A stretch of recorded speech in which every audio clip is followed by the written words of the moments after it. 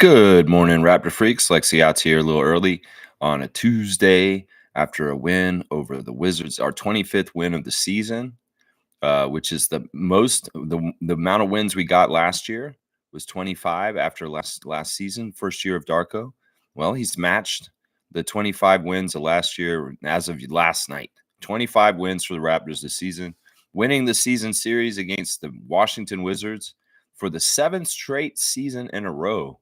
And that's good. I've seen a lot of Raptors records kind of and streaks go out the window because of losing more in the last year or so. And I'm happy to see that we've held on to the season series win streak over the Wizards through this tumultuous few years, 7 years straight of winning against the Wizards. At least I wasn't sure if they were going to try and win last night. This is the thing, that people are getting insulted by Tank Nation because they're getting upset. Monique obviously gets really mad at the Tankies and their loser mentality. And as she said, when you're born a winner like her, it's just really hard to get in the same mind space as these people. And I get what she's saying. Garrett Temple came out and said it's bullshit that fans are rooting for the Raptors to lose right now. And he was pretty upset about it, honestly, on an appearance on a radio show recently or something. He said that fans should not be rooting for their teams to lose, and it's bullshit. That's from Garrett Temple, Toronto Raptor. Yeah, I mean, it is what it is. It is what it is. I'm proud of the Raptors for winning last night. They played an ethical game, and they just happened to win it still. Washington is in a battle at the bottom of the league with Utah Jazz to try and get the number one pick. So in some ways, their tank aspirations are very high. And the Raptors are still trying to do a couple things all at once while they're playing out the rest of the season. And some of it is, let's develop these guys and play these end of the bench guys in really clutch minutes. And some of it is also, let's play right and play within our system and play the way that we've intended to play all season long, and let's not slack. And that's a big part of it right there. That's a big part of the reason why I think the Raptors are going to win games going out, is because, in some ways, Darko's system, the way Darko set these guys up and build the culture, is just a winning culture. And that's the difference. You can have a bunch of young players for the Wizards out there, a bunch of young players out there for the Raptors. But if there's structure and organization and the players know what they're doing, you have a better chance to win. And that's part of why the Raptors won last night, is that Darko has a system that makes sense. And even players that don't have a lot of experience can succeed in it. And that's badass. I love that. Yeah, there's some very crucial leadership minutes at the end of the game for Ochai Agbaji. It's interesting. There's been a couple games recently, last night and a game before, where Agbaji was the senior member on the court in clutch moments at the end of the game.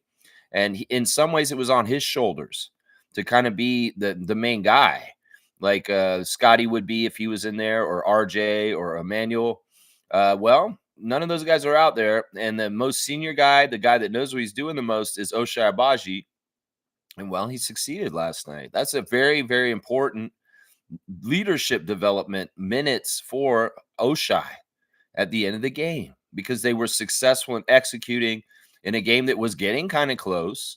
Wizards could have came up and stole the game at the end of the game in the last few minutes, but our rookies in Ochai Agbaji executed at the end of the game better and kept the lead and won.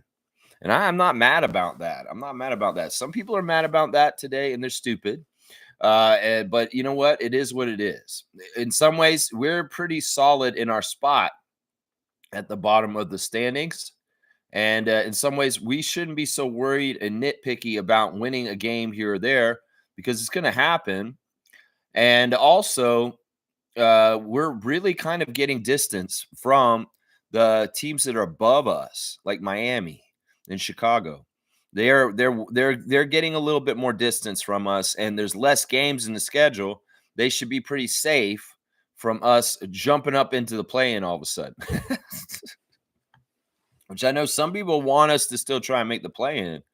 But I just don't see the point. I really don't. I'm fully on that comment, playing for what, that Masai Ujiri said a couple years ago. But yeah, as long as we kind of stick around where we are, these next few games, we're going to play Philadelphia and Brooklyn tomorrow. That is going to be interesting because these games will really have an impact on whether we might be able to flip flop down lower in the Atlantic Division below the Nets and the Sixers, because we're going to play them both before the end of this month, and this month's ending on Sunday. So there's going to be some interesting games coming up. We know Nick and his team from Philadelphia, they're real good at losing on purpose. Real good at losing on purpose right now. We aren't. We aren't necessarily good at losing on purpose because we have respect. How about that? All right, we're going to do the reaction to the game last night. Let me know what you guys thought about the Raptors beating the Wizards last night. Any highlights, any particular plays you enjoyed, just put them in the comments. That's how we do the reaction. Also, we got the classic card. We've also got the Instagram stories, and we got the new feature, Canadian by Canadian. Yeah. So we'll be doing all that today. Let's go. Let's see what y'all are saying in the chat. I'll get my cue cards from y'all on the chat here. Trevor J, the commissioner of fun, the man who makes this possible. Thank you, Trevor. Take a minute and give yourself some credit for how you've handled these past few years. You've been pushing through, doing the best you can, and that's something to be proud of. Keep holding your head high. You're doing better than you think. Wow, I like that. This is true. The last 5 years in society, seeing this 5 years ago, there was a pandemic just starting out right now. Have been crazy. They've been chaotic. They've been really screwy and weird. We had a pandemic, which was totally kind of changing a lot of different things. And some of it was traumatizing for people. Some of it was just like, this is weird, man. And it's a weird, big, huge event. And now we're having weird events going on right now, 5 years later, that, are not fun and a little bit kind of like making you edgy and stuff. We all have to give ourselves credit for being warriors in life and being able to go through ups and downs, tragedies, successes. There's a lot in the lot of life that you get thrown at you over time. And, if you're somebody who's able to go through it and be better for it and not worse, if you're somebody who is someone who's still in there fighting the good fight for good things and justice and what is right in a world that seems like is getting worse and worse because corporations just own everything and they're the most ultimate power, it seems like at this point, I applaud you and I appreciate you, and take stock and knowing that, you're doing a good job, just like Trevor's saying. So, just keep going. Just keep going if you can. My journey with this channel has been almost 4 years now. In September, it'll be 4 years. And this journey has been ups and downs, but I've enjoyed it. And I feel like I've gotten better at it. I hope that I've gotten better. Why would I do it every day if I didn't get better? I hope I do. Y'all give me a comment card and something like a customer comment card. Tell me if I've done better. Trevor, I appreciate your words of wisdom as always in the morning. He's saying happy birthday to Kyle Lowry. That's right. Yeah, we had one franchise player's birthday yesterday, Chris Bosh. And we got another franchise player's birthday, the greatest Raptor of all time. It is Kyle Lowry's birthday today, guys. And fantastic. I love you, Kyle.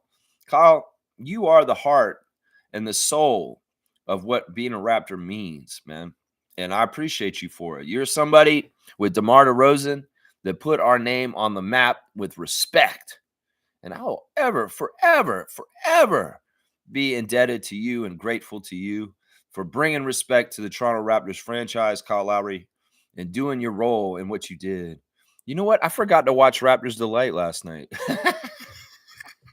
So there'll be no reaction to Raptors Delight today. Sorry, guys. I totally forgot to watch it. That's so dumb, man. I know it's online. I'll probably watch it after this stream. Either way, I have no comments on Raptors Delight because I did not watch it, guys. I totally just reminded me because it's Kyle's birthday. Wow, that's how much I was really looking forward to it. I totally slept on watching it last night. I'm not upset about that. Either way, happy birthday to Kyle Lowry.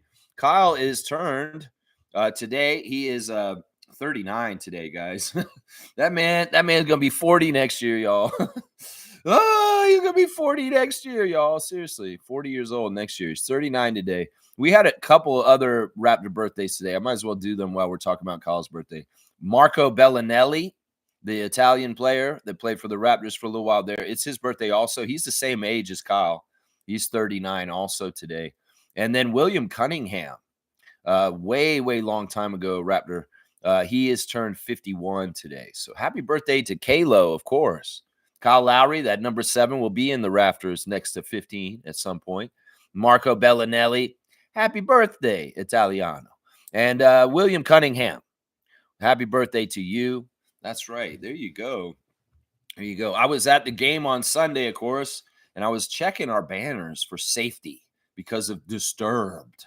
Yeah, I'm worried about this Disturbed concert. I'm not lying. MLSC, Masai, if y'all are listening to me, even just one employee listens to me, y'all need to raise the alarm and tell them that Disturbed is coming to Scotiabank Arena to play a concert. They're a heavy metal band. You guys may know of Disturbed.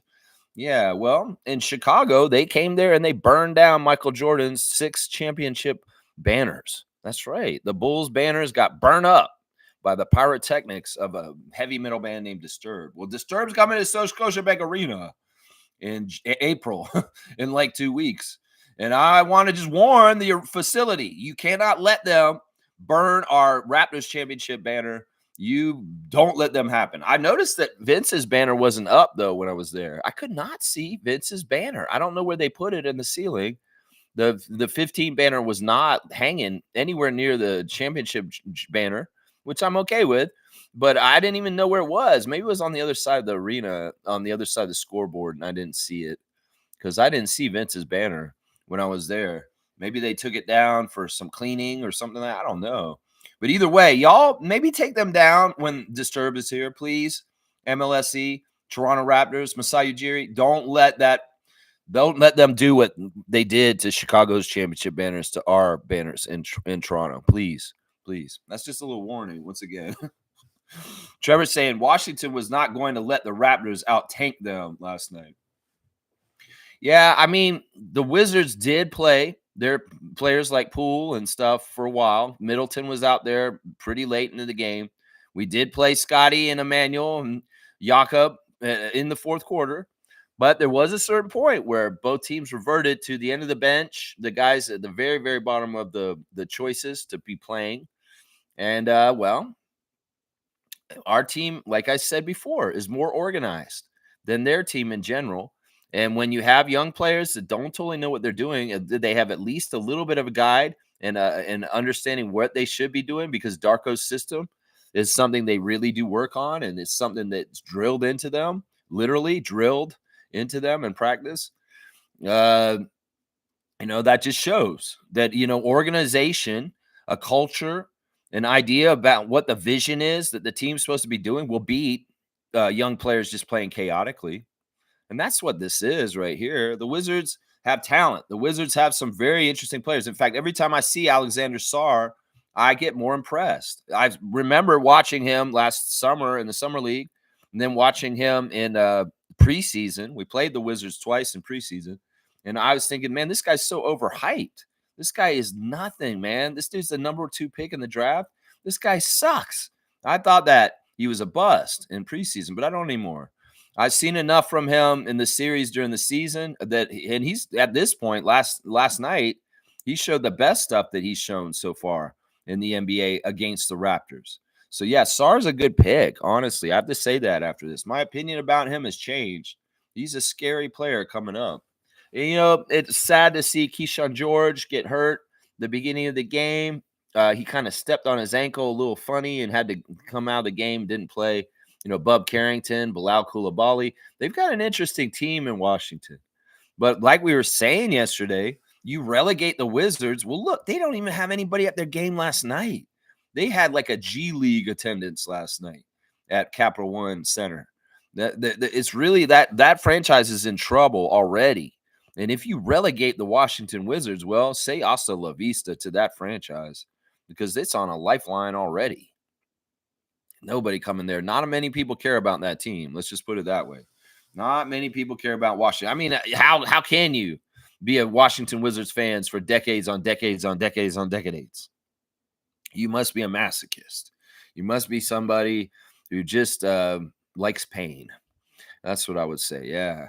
Yeah. Smooth's here. Good to see Reggie, our Raptor Freak trivia leader. This man is head and shoulders above the rest. And he's on his way to get his name on that trophy. I'm telling you right now. We're about to be in the weirdest final 11 games. The NBA watching a third of their teams tanking. They have to have some kind of measure taken to stop this. Yeah, they will. It looks real bad. Sure, it does. I agree. And Adam Silver, well, he's going to have to do some changes to the rules this summer to make sure this doesn't happen next season, too. Because you know what? People do things successfully this season with tanking to get what the ends of what they wanted. That's not a good system because that shows that you get rewarded for doing the thing that they don't want you to do. So, yeah, they're going to have to fix this, Reggie. You're right. They've definitely got to fix this. This is stupid. It's annoying. And we've got some good ideas about how they can fix it. We'll have to see what they do. Yeah, Reggie's saying the issue for the Raptors in the lottery balls is that their third string guys are too good. Yeah, like I was saying, we did really well last year in the draft, so we got good talent. But also, like I said, the system of Darko's transfers down the bench all the way to the end. And these guys can't help but be successful because Darko's system is awesome.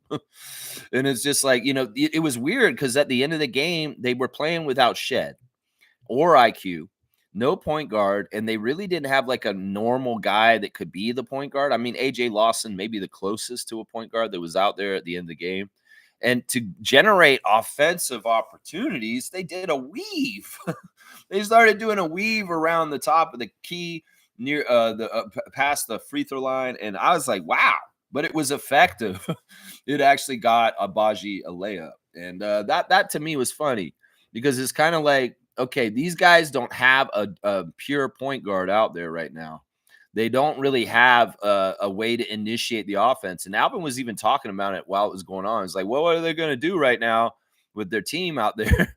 Like, how are they going to get some points? Well, they figured it out. They just did the Darko system, and boom, they're scoring and executing at the end of the game. Now, granted, the other side is young and inexperienced, just like our side. And, there's mistakes. And maybe the defense on both ends of the court, not the best locked in defense on either side. But yeah, we did enough in the game and it was fun and we won. And that's what we wanted to see. At least the people here on the Raptor Freak channel wanted to see. That's right. That's right. Yeah. Let's see. Smooth saying that tells you next year how good this is going to be. Yeah. Yeah. I mean, I think it's really telling that, two of our rookies that were supposed to be on G League this year in some ways are too good to play at the end of games because we're trying to lose. And that's Jamal Shed and Jamison Battle. There were times when Jamison Battle could have been out there bombing more threes to help us win, but he was held out. And he's like, no, Jamison, you shoot too good. We're trying to kind of lose, so you better stay on the bench for time periods. That happened.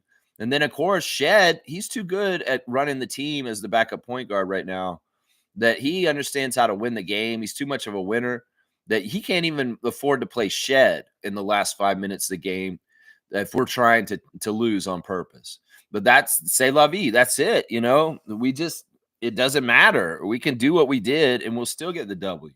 It's awesome. In some ways, it's awesome. And they're happy they won. The team is happy they won. I'm happy they won. Monique is happy they won. And that's what matters right there. That's right. Nameless is here. Let's see what Nameless is saying this morning. He's reporting live from the construction site. Had to check in with La Mia Familia de Rapici. Yeah, all right. He's here with the Raptor Freak family.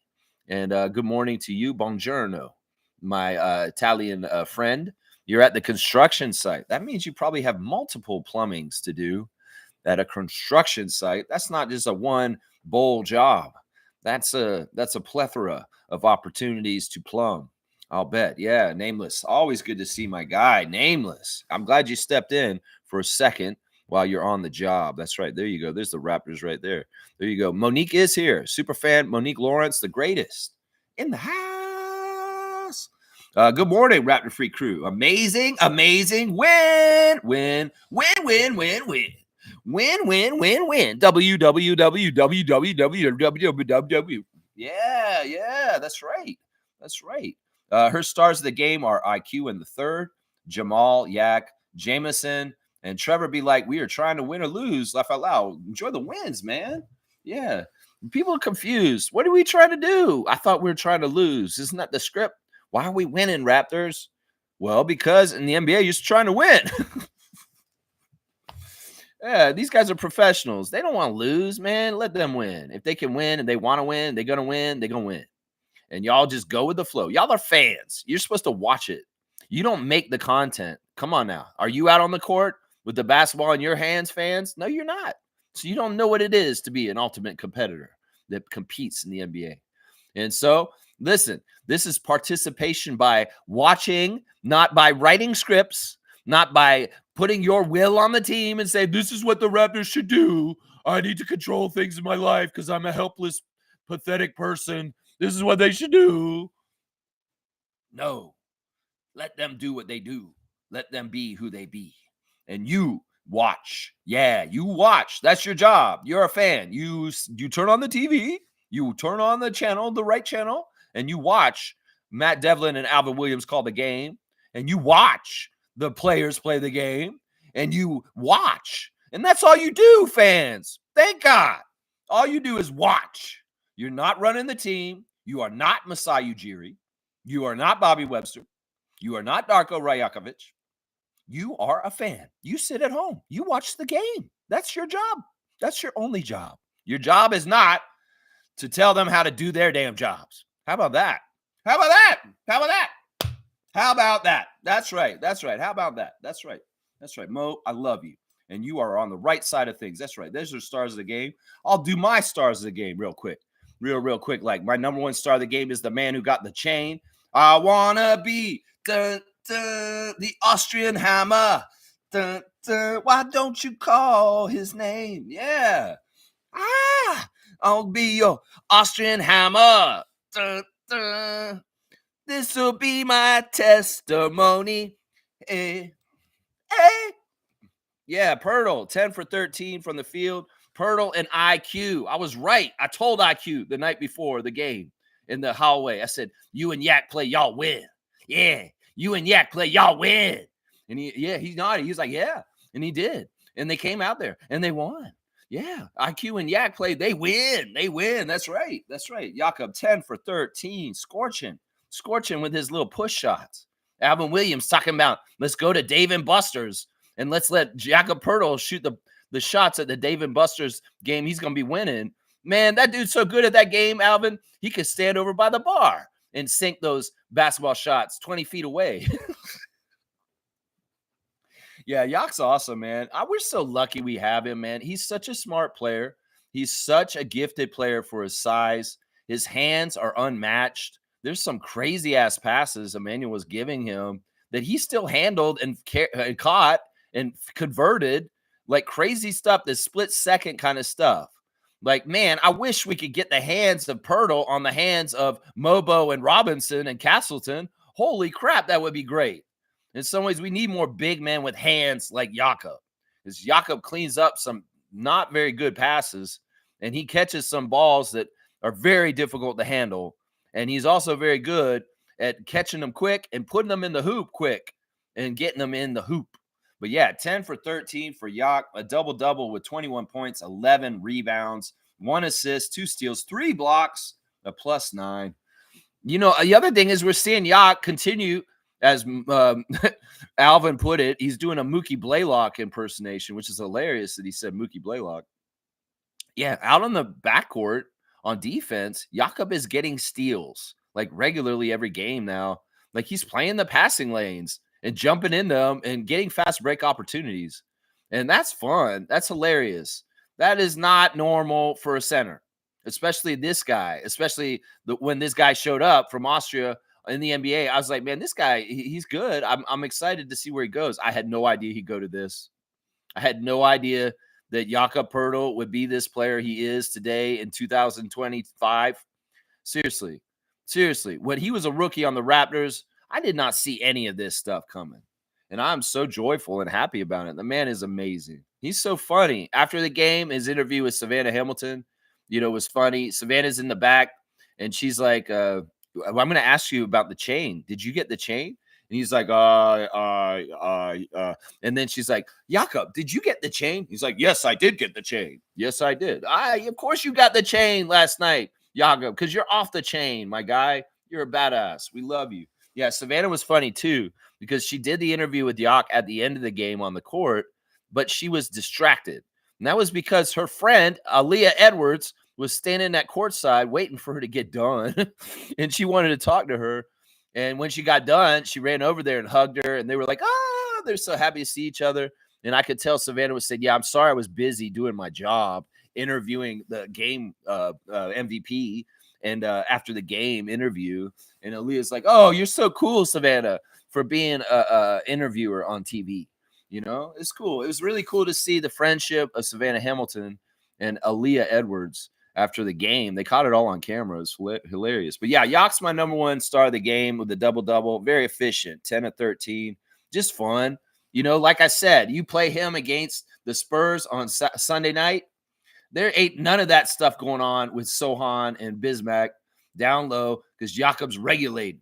He's in there saying, Jeremy, didn't I teach you some things when you were a rookie, young man in this league? That's right. Papa Pirtle's back to teach young Spurs some more lessons. Now, we'll see if Yak gets to play the Spurs in San Antonio on the last game of the season for the Raptors this year when we finish our season in Texas with a Texas two-step of Dallas and then at San Antonio. I'd like to see Pirtle play against his former team. I was kind of disappointed he didn't play on Sunday night. But boy, did he play on Monday night. That's for sure. My second star of the game for this win last night is Jamal Shead. Jamal's had a string of games that have just been excellent. He got his career high on Sunday night, 17 points. And last night, he was not that far off from it again. 5 of 10 from the field for Jamal. 1 of 4 from 3. 3 of 5 at the free throw line. 2 rebounds. 3 assists. 1 steal. 0 turnovers. And 14 points. Yeah, Jamal's awesome, man. I have more and more faith in him. He's really like jumping leaps and bounds. Like normally a player like him that's a rookie, they get to a plateau in their rookie season of like, okay, it's just too tiring. I'm exhausted. I'm just trying to stay afloat because the schedule is coming at me so quickly. I'm just trying to physically handle the schedule. And so at some point, they may turn off and progress because they just kind of plateau because they're just trying to keep their head above the water, right?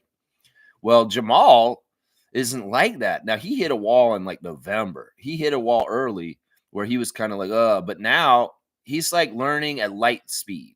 Like this dude really is getting the cerebral stuff down. And, between him and Scotty, trying to figure out the puzzle of the NBA right now, we're seeing some huge leadership leaps and bounds with both of them. In fact, last night, Scotty was directing the players in certain ways around mismatches.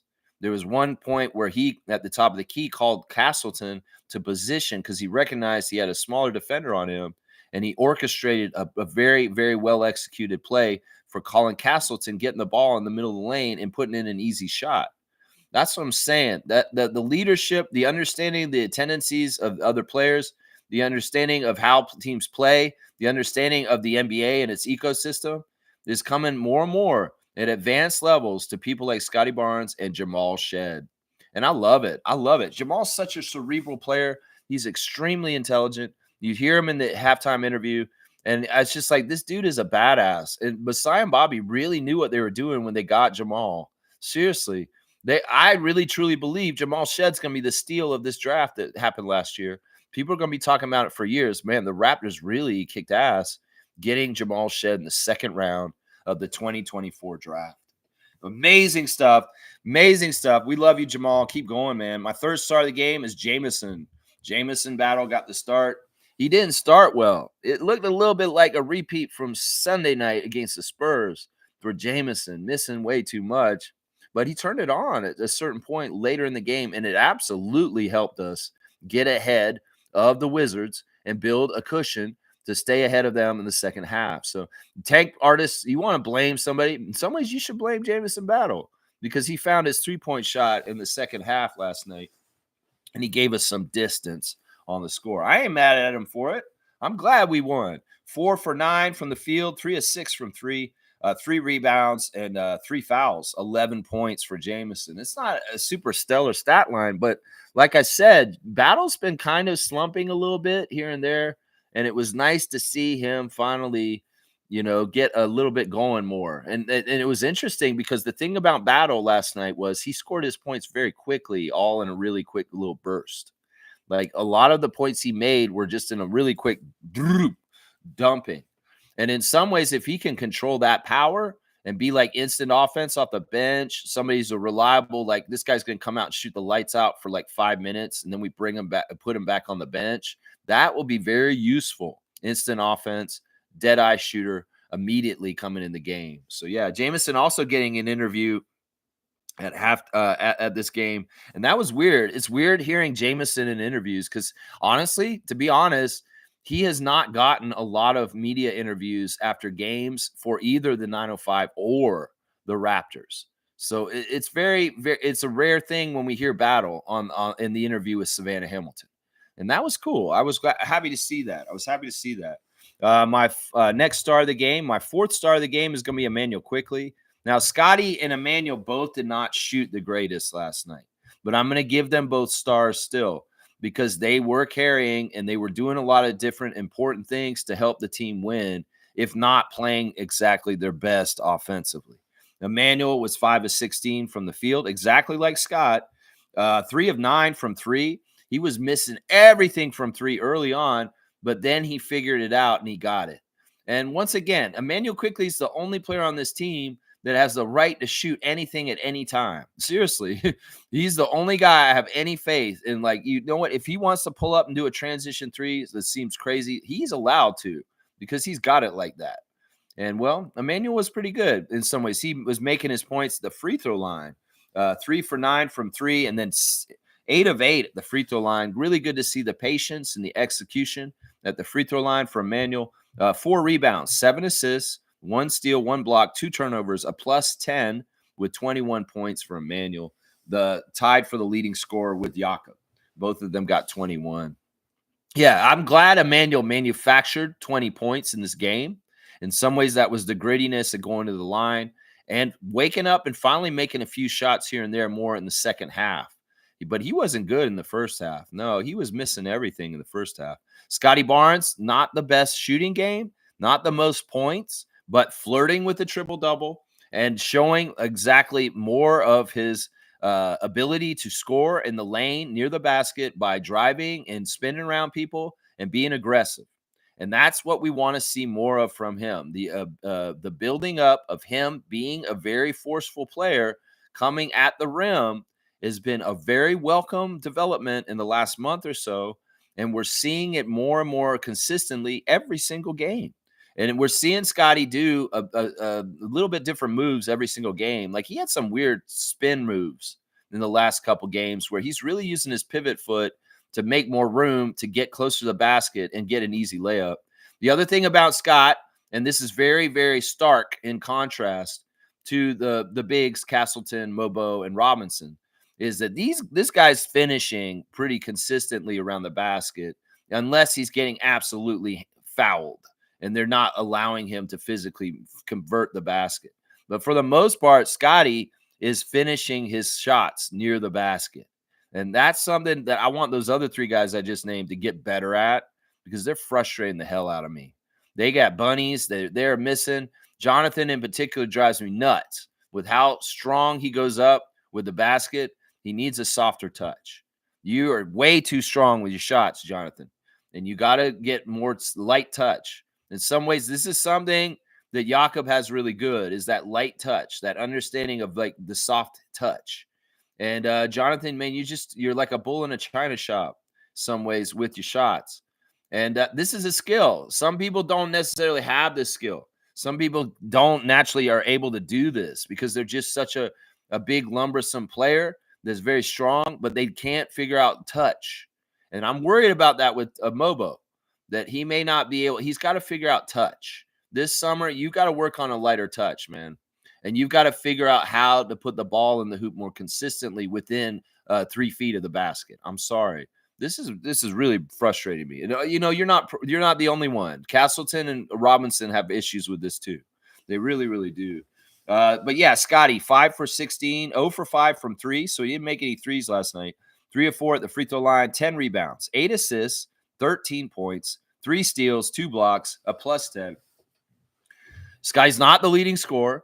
Scotty is not the most dominant player out there, but he's also the glue guy who's doing all the little things and all the little plays, every kind of play, steals, blocks, rebounds, assists, everything. Scotty's doing it all.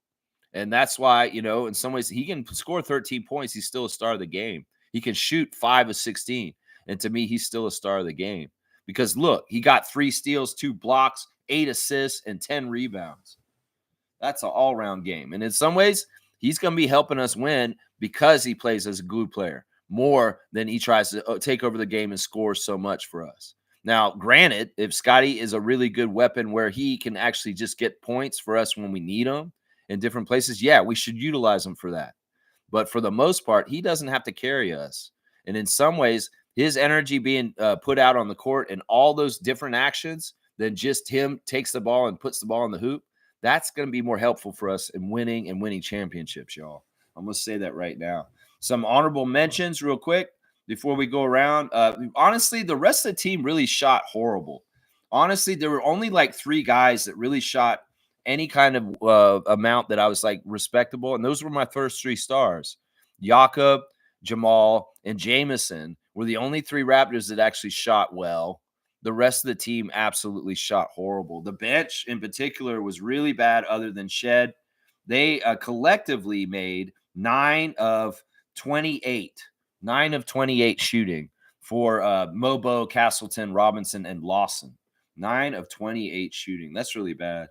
Yeah. And then Oshai starting 3 of 10. He was really bad early, but then he made a 3 late that was key at an important time. And then also Oshai was doing other stuff to be very useful in the game, if not making his shot early. But he kind of shot himself back into making his shots by the end of the game, which is great. 3 of 10 for Oshai, 1 of 4 at 3, 2 of 2 at the free throw line, 4 rebounds, 3 assists, 2 turnovers. Only 9 points for Oshai Abaji. But, once again, he's doing stuff like guarding Jordan Poole. He's running around doing all kinds of physical things. And like I said, he had some leadership moments at the end of the game to help carry the Raptors to the W at the end because it was on his broad shoulders, the leadership right at the end. Jonathan Mobo, 3 of 7 from the field. He got his career high in rebounds, and he got the interview about that afterwards. After the game, he said, I feel like I'm a dog. When I go after the rebounds, I'm just trying to be a dog and get after rebounds. And he also gave credit to his excellent game yesterday for taking a nap. He said that he took a nap, and he heard that Jamal Shed took a nap yesterday during the day, and that the nap really helped for them to both play fresh on the second night of a back-to-back. And yeah, that's something that they had to deal with. Sometimes the Raptors play better on the second night of a back-to-back. It's weird. I don't know why. They should be exactly tired. But, they did have like 3 players that did not play in the first night of the back-to-back. So they did have some fresh guys out there with Emmanuel Quickley, Jakob Poeltl, and Orlando Robinson, who did not play on Sunday, I believe. Or AJ. AJ didn't play, although AJ played in the 905 game. Yeah, so Mobo, 11 rebounds, fantastic. 2 assists, 2 steals, 8 points for Jonathan. But like I said, in some ways, I just want him to get a softer touch around the basket, man. You're forcing shots too hard. And the way they bounce off the rim and the backboard is you can see you're just shooting it too hard. You got to develop a light touch, man. Colin Castleton came out there for 18 minutes and 2 of 6. He made a 3, 1 of 3. It was awesome. 6 rebounds, 1 assist, 2 turnovers, 5 points for Colin. He was a +9. So not bad minutes. He was playing power forward again on the court with Jakob at times and with Orlando sometimes. Yeah, I guess Colin had his contract run out yesterday. So yesterday was the last day. So we should hear news today on Colin Castleton as far as what's going to happen, whether he is going to be resigned again, or last night may have been his last game for the season, but he'll be reinvited to the team this summer on a contract or to the summer league team. We'll have to see. We'll have to see what Bobby Masai decided with him. I say he's worth keeping around, so we'll just have to see how they handle it.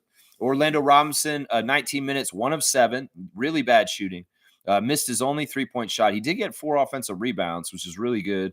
7 altogether, 1 assist, 2 turnovers, just 2 points for Orlando. It's a frustrating game.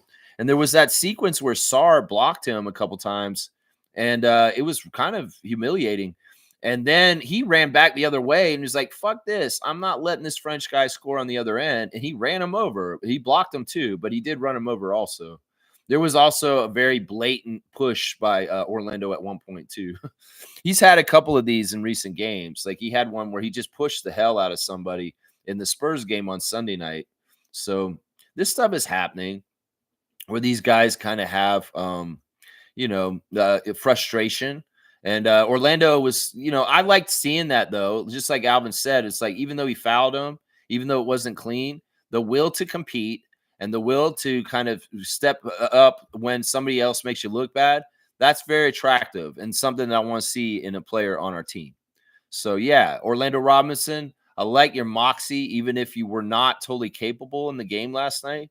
I like your fight and your spirit, at least. There you go. AJ Lawson was interesting. I thought that AJ was a little low key, but he wasn't bad. 3 of 7 from the field, 1 of 3 from 3, 1 of 2 at the free throw line, 2 rebounds, 2 assists, 2 steals, a +6 with 8 points in 23 minutes.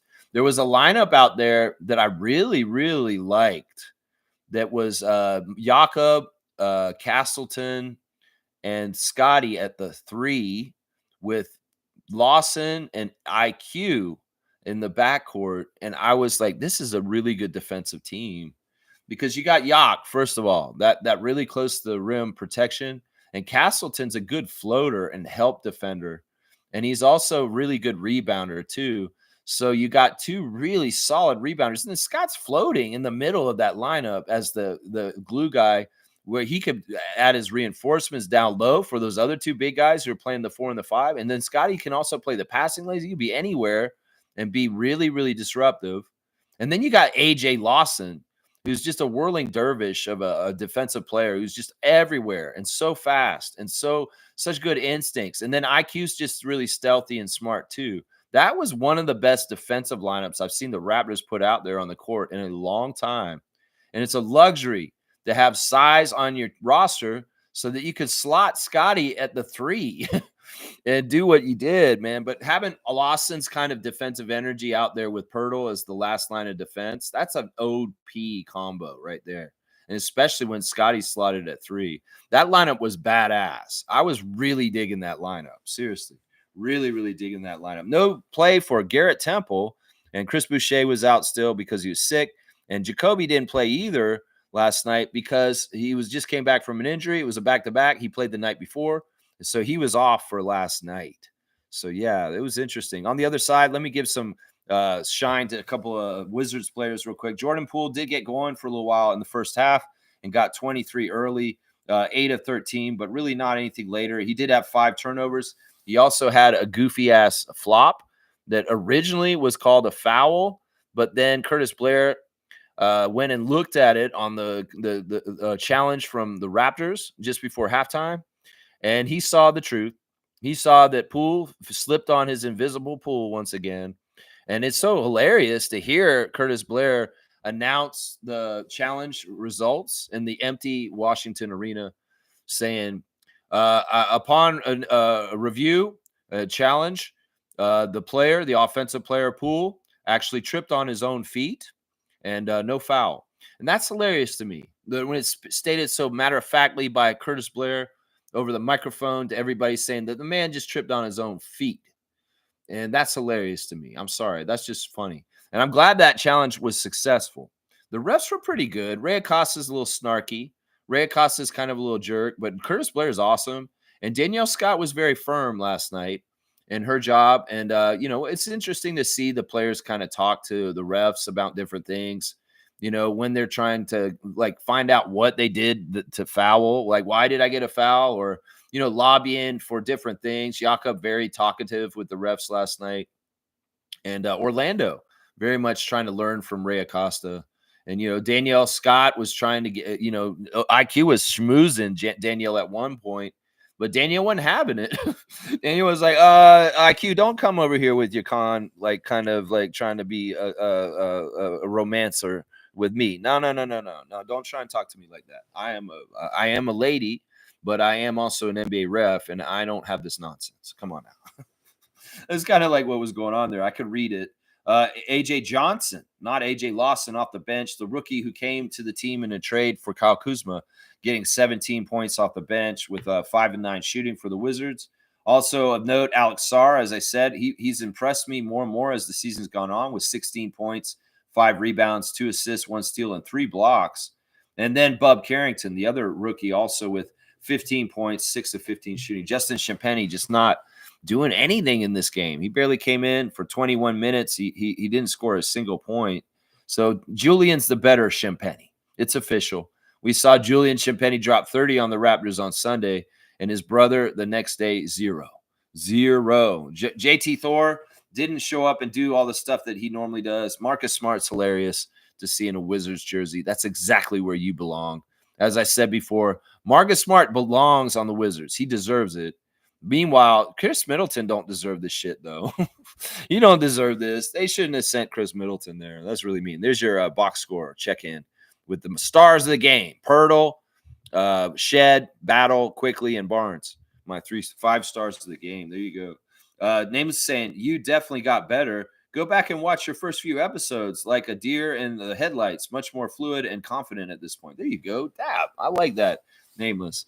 Yeah, the first couple, originally wasn't supposed to be a live stream with you guys. It was just me filming content, but I didn't know how to make the content like produced ahead of time and just upload it. I just filmed them live, but then people showed up. It was really weird. Like Sue showed up. It was one of the first people that showed up and was in my chat. And there's people in the chat because I wasn't originally going to do an interactive channel, but it just kind of developed naturally that way.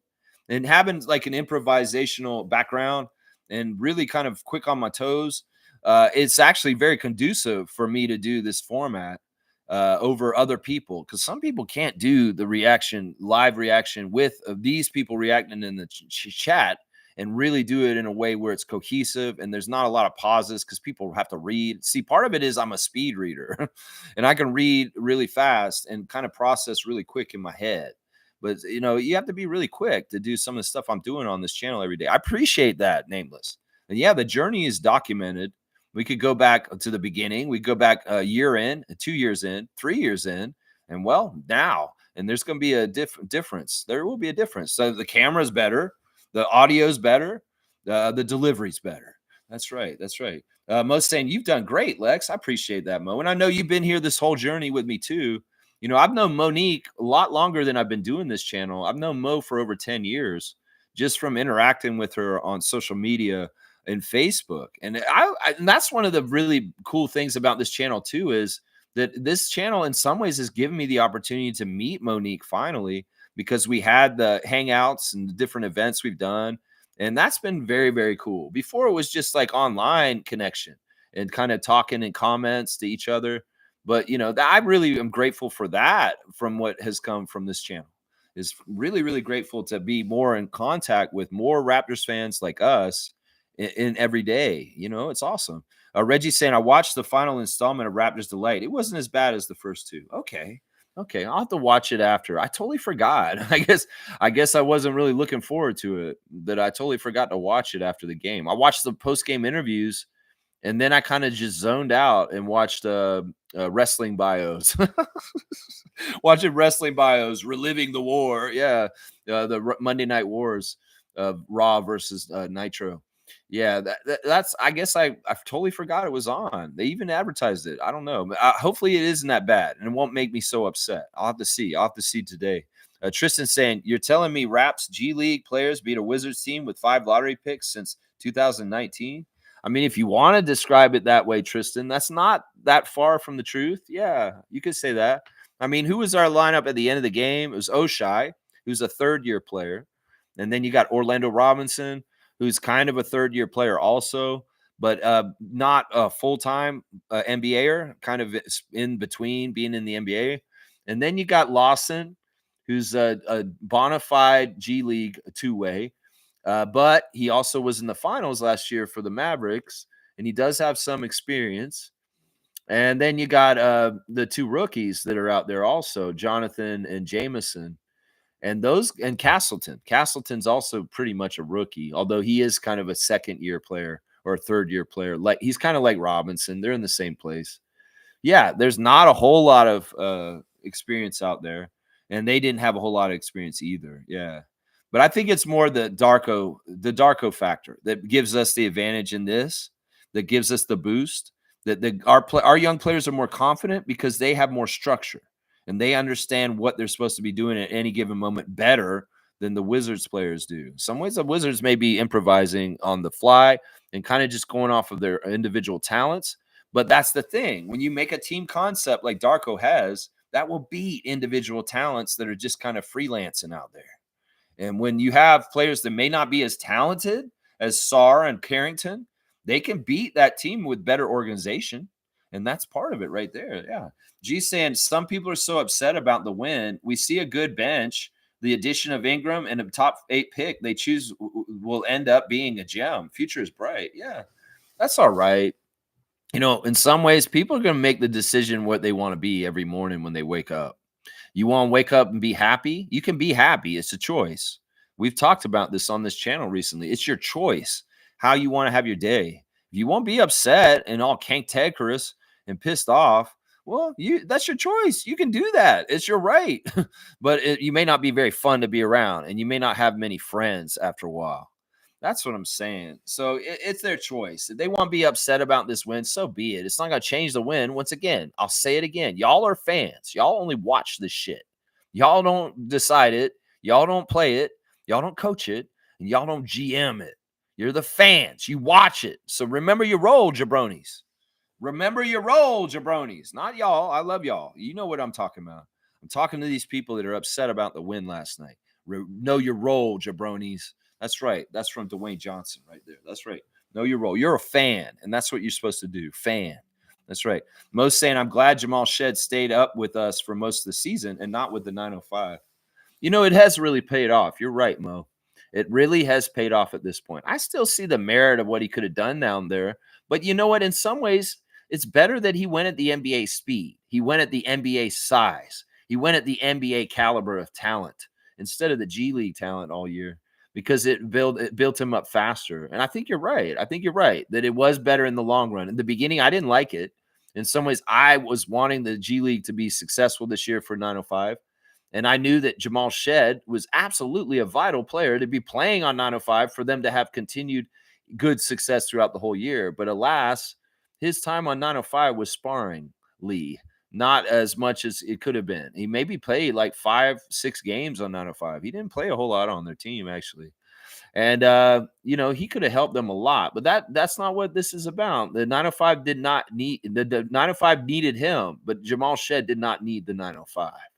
And I think that's the message on this. And he's better for it. You're right. You're exactly right.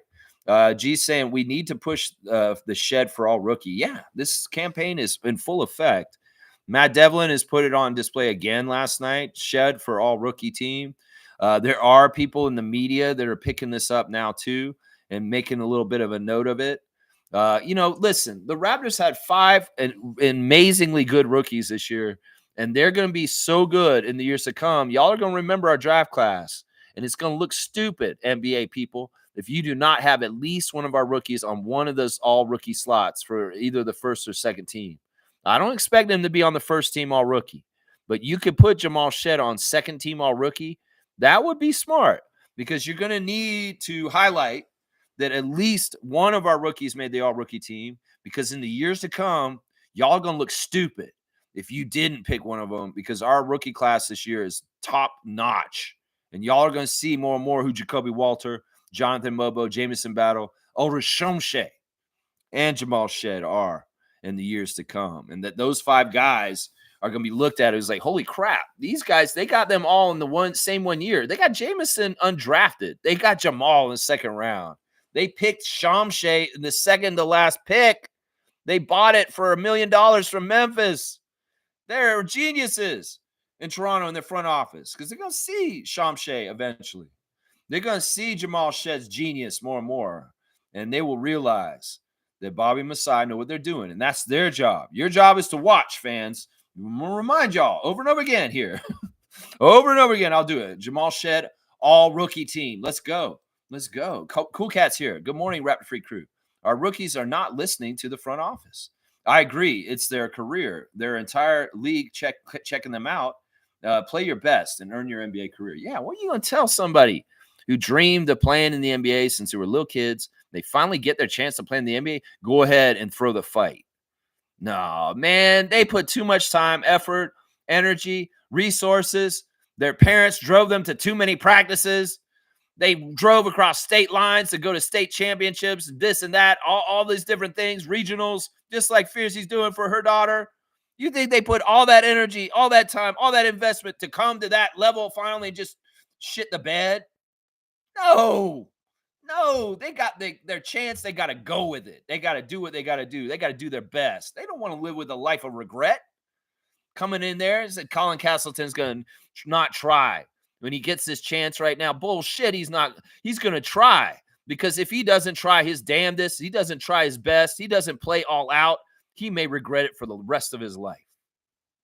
Think about that, fans. Y'all so self-centered with your Tank Nation bullshit and being upset about them winning last night. Think about them and their own personal things that they want to achieve, their own dreams. You selfish bastards. Just watch the games and enjoy them. I think that's the message right now. Fans, be fans is what I'm telling y'all. Be fans. I love you, Coach Cool Cat. Always happy to see you in the chat. Mike is here. Logical Raptors fanatic. Bringing logic back into this illogical world. Thank you, Mike, for returning. Mog boards. That's all he has to say. He's come in here and dropped a pun. It's a dad joke to a degree. We'll take it. You're getting a dunk, Mike. Mog boards. Instead of Mogbo, Mog boards. Mo boards. We want Mo boards. Mo boards mans get paid. Mo boards man gets paid. I like that. Mo boards man gets paid. How about that? I just put a little bit more on Mike's little concoction here. Mike, you have 10 dunks for the year, 30 points on the dunk charts for your punniness. Mo boards. Jonathan Mo boards. Jonathan, we need Mo boards.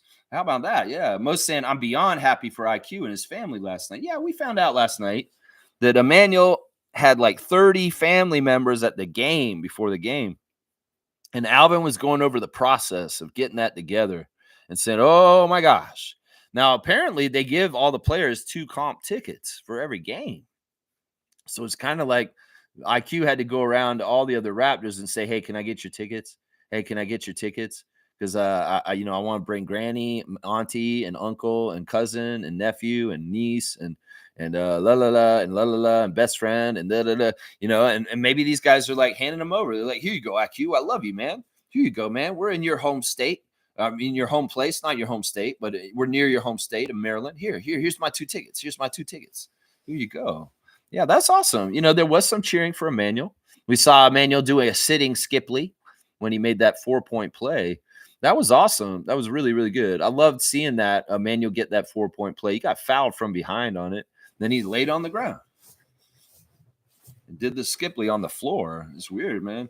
Fiercey saying, good morning, fam, and happy Tuesday. Happy Tuesday to you, MJ.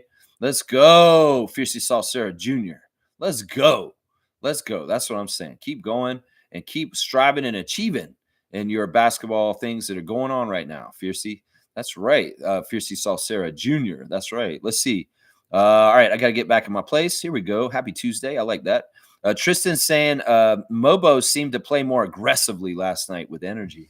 Yeah, that's good on hustling for loose balls, going to get the boards. But he needs to calm down when he's got the ball in his hands. He's trying to shoot. And the other thing is these guys are so mealy hand with their hands sometimes. Like they really don't handle the ball very well and easily. That's why I was using Jakob as an example. You see how good Jakob is with his hands and the ball and getting the ball and grabbing it and holding on to it. Some of these guys are fumbling the ball. Like even there were two things that happened that were weird that caused turnovers yesterday. First of all, Jamal Shed got hit on a pick and he was out of breath and he's standing there on the side, and he wasn't ready for the inbounds from Oshai. And Oshai is waiting to inbound the ball to him, and Jamal wasn't in time. And Ray Acosta was a little dick, and he said 5 seconds, 5 seconds. He called a 5-second because Shed was reeling. He was hurt. He couldn't breathe. He was like, he was shook up.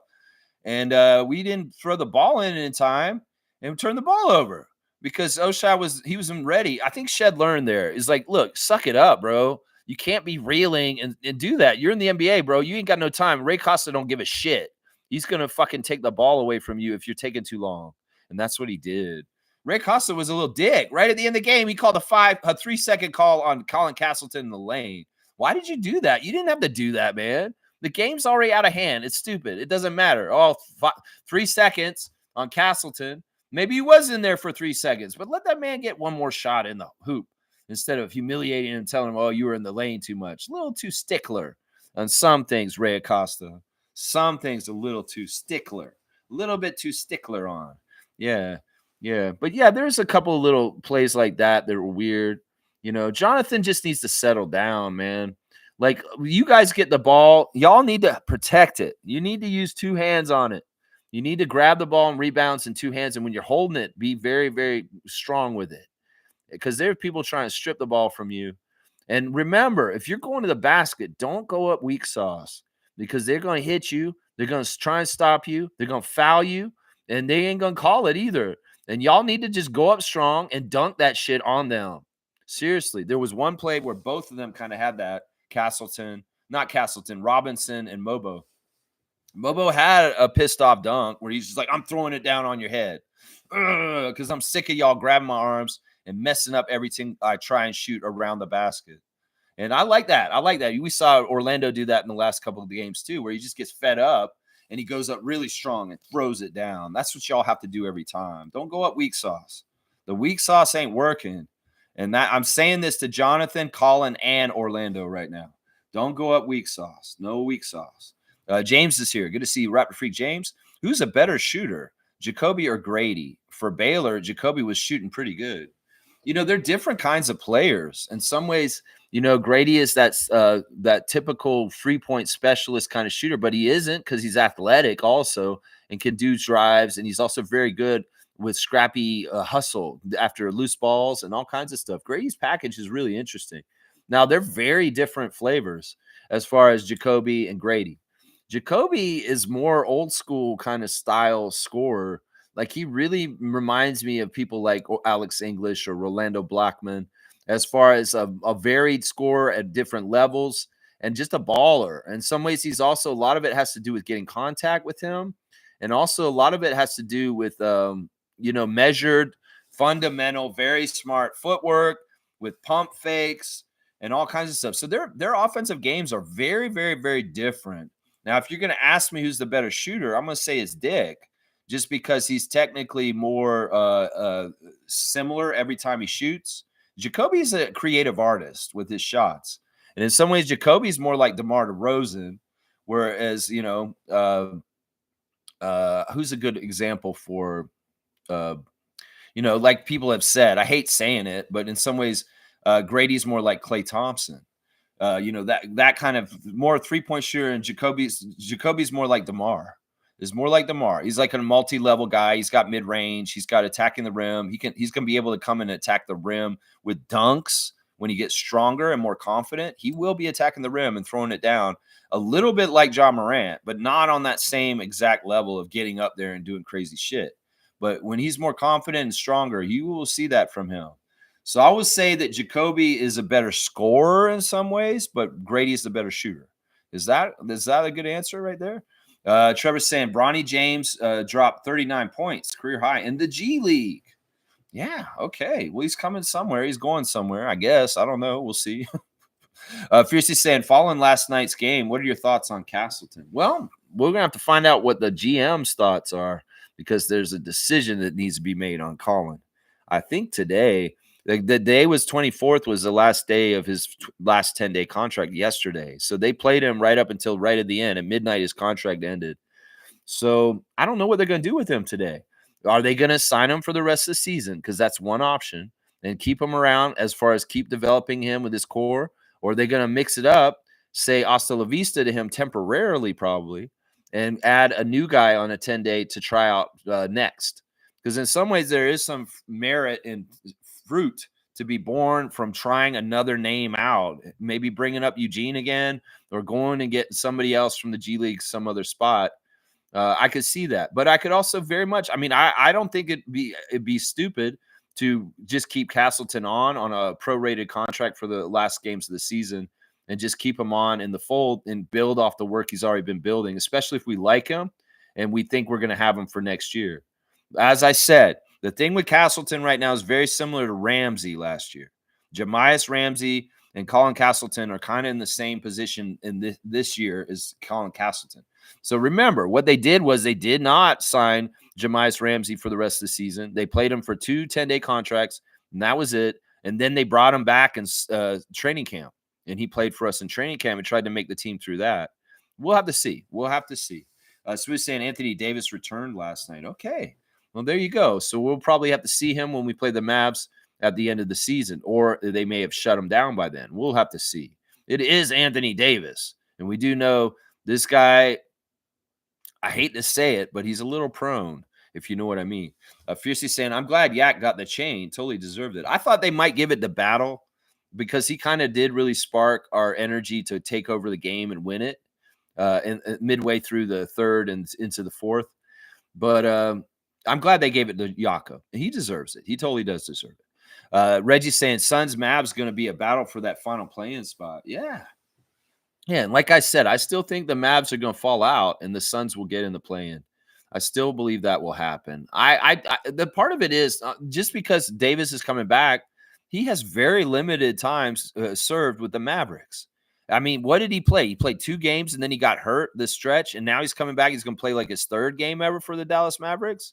So I'm just saying, to build that chemistry, to build that familiarity with your coach, to build anything of substance, they're starting right now, basically, with Davis. So anybody who thinks that, like, I know we've had this argument already in the last couple weeks about who will make that last play-in spot on the West between the Suns and the Mavs. I think that even if the Mavs get it, they don't have any chance because, like I said, this guy just showed up. They have nothing built up with him and everybody around there. And Kyrie's not even there to help him. It'd be one thing if Kyrie was there still and able to play for the rest of it. They'd have a chance. But I don't see it. I really don't. I do think Phoenix will get their shit together just enough to take that last play-in spot, and Dallas will be sitting on the outside. That might be better for the Dallas fans, honestly. They've had such a horrible year. And in some ways, they probably just want to end their season, honestly. Most saying Garrett is right in reference to the fans wanting us to lose is BS. Thank you, Garrett. Yes. Thank you, Garrett. Yeah. Yeah. I wasn't even sure if that was a real post, but I'm pretty sure it is. It sounds like it's very plausible. I mean, look, I get it. Some people just want to Cooper flag, but in some ways, some of us just want to win. And that's the Raptors fans right there. That's right. Kaloy's here. Good to see Carlo JS. Morning, Lex and fellow freaks. Battle bowed out in the 4th. That's right. He was a big catalyst to help us get the dub last night. Big time. Yeah. Fiercely saying, Lex, I was typing my comment and I hovered over Stargate's name. I retracted it by accident. Can you please read his comment? Sorry, Stargate. No. You did it or did he do it? I don't think you did it. He has the power to do that. He might have retracted his comment. I don't think you did it. I don't think you unless you could delete it, but you can't I can't look at retracted statements. He's retracted it. You delete it, I can undelete it. So I don't think you did anything, MJ. I think he actually took it back. Let's see. All right, let's keep going. Stargate is saying, in my opinion, the NBA draft is like an American presidential election. Call me conspiracy theorist if you want. Regardless of how many ping pong balls the Raptors get, the league is going to choose. I'm not worried about, see, that's the thing. In some ways, I don't care about this. The Raptors got the number 1 pick in 2006, and they selected Andrea Bargnani. And that's when we got the first pick. We'll get the first pick again at some point in our history. I don't totally believe in this conspiracy theory. Now, it may be in a weak ass draft that's the player's not as touted like the Bargnani year, but I still think the Raptors will get the first pick in the draft at some point. It may not be this year, and in some ways, I like that not to be this year. I don't want it to be this year, but I can't get behind this conspiracy theory exactly because I don't believe this is true. I think the Raptors will be allowed to get the first pick in the draft at some point in their history again. They will. They will. But in some ways, I don't want to be so bad that that's likely. That's what I'm saying too. That's the one thing. It's like if you're getting the number 1 draft pick, normally, unlike last year with Atlanta, you're the worst team in the league. And I don't want to get number 1 draft picks normally because that means you've been bad most of the year. No, I want to get out of that kind of area and be a playoff team that doesn't need high draft picks like all these whiny Tank Nation people want. That's what I say. Yeah. But yeah, I don't believe this conspiracy. I believe a lot of the stuff you and I share, but not this one. I think the Raptors are allowed to pick first in the draft. They are. MJ saying Jakob. His fundamentals, footwork, and basketball IQ are amazing. Yes, hands. I'm really touting his hands today. The contrast between his hands and his backup's hands is very stark. You can see the difference in handling the ball without flopping it around, stuff like that. There was another point where Castleton bobbled the ball in the dribble, and Shed was like standing there waiting for him. He's like, "Come on, man, get the ball with your hands." He's like, "Oh," and it's like, and Shed's like, pass it back, because Castleton, in some ways that's a skill. You got to get really good with your hands with the ball and catching it, and the balls magnetize your hand, and it's not like loose and whoa. Some people are natural klutzes and very clumsy in their life, and often if you're a very big person, you can be very lumbersome and kind of like not very skilled with your hands. Depth with your hands. Your hands are important. You need that kind of touch and lightness. It's a kind of an inverse of it. Your body's big, huge, strong, and scary and imposing. Well, you need to be a pussycat with your hands and your shot. And that's the tough thing sometimes to reconcile with bigs in the league. Because a lot of these big guys just come in, they're muscle bound, and they have no shooting touch. They have no shot touch at all. Bismack Biyombo is a perfect example of this. And that's a problem. Some of our bigs, they got to work on their touch. They just got to get more light with their hands, heavy with their bodies, heavy with their shoulders, heavy with their arms, but their hands need to be light and grabbing that ball and holding on to it and not bobbling it so much. There's a lot of bobbling going on right now. Bobbling, yeah. Reggie's saying, I do think Cooper Flagg is going to be a good NBA player, and I do believe the best place for him is Utah. Not Washington or Charlotte. The Jazz have a team that's tailor-made for him, I think. Yeah. I mean, I could see him going to any of those 3 teams and working out. But once again, working out is relative to the team and their ability to actually do anything competently. Now, Cooper Flagg could show up and be the best player on the Wizards or the Hornets or the Jazz, and they still suck because the teams are managed horribly. There's nothing guaranteed in this league. And that's why people that think that Cooper Flagg's just a golden ticket to excellence and winning in the league, you're crazy and stupid. You're stupid and crazy. He's going to go to any of those 3 teams. He may have the best chance to elevate Utah to being a consistent, good team. The other 2 teams, I have no faith in him going to and making them better. Seriously, Charlotte is not going to be getting better, and neither is Wizards.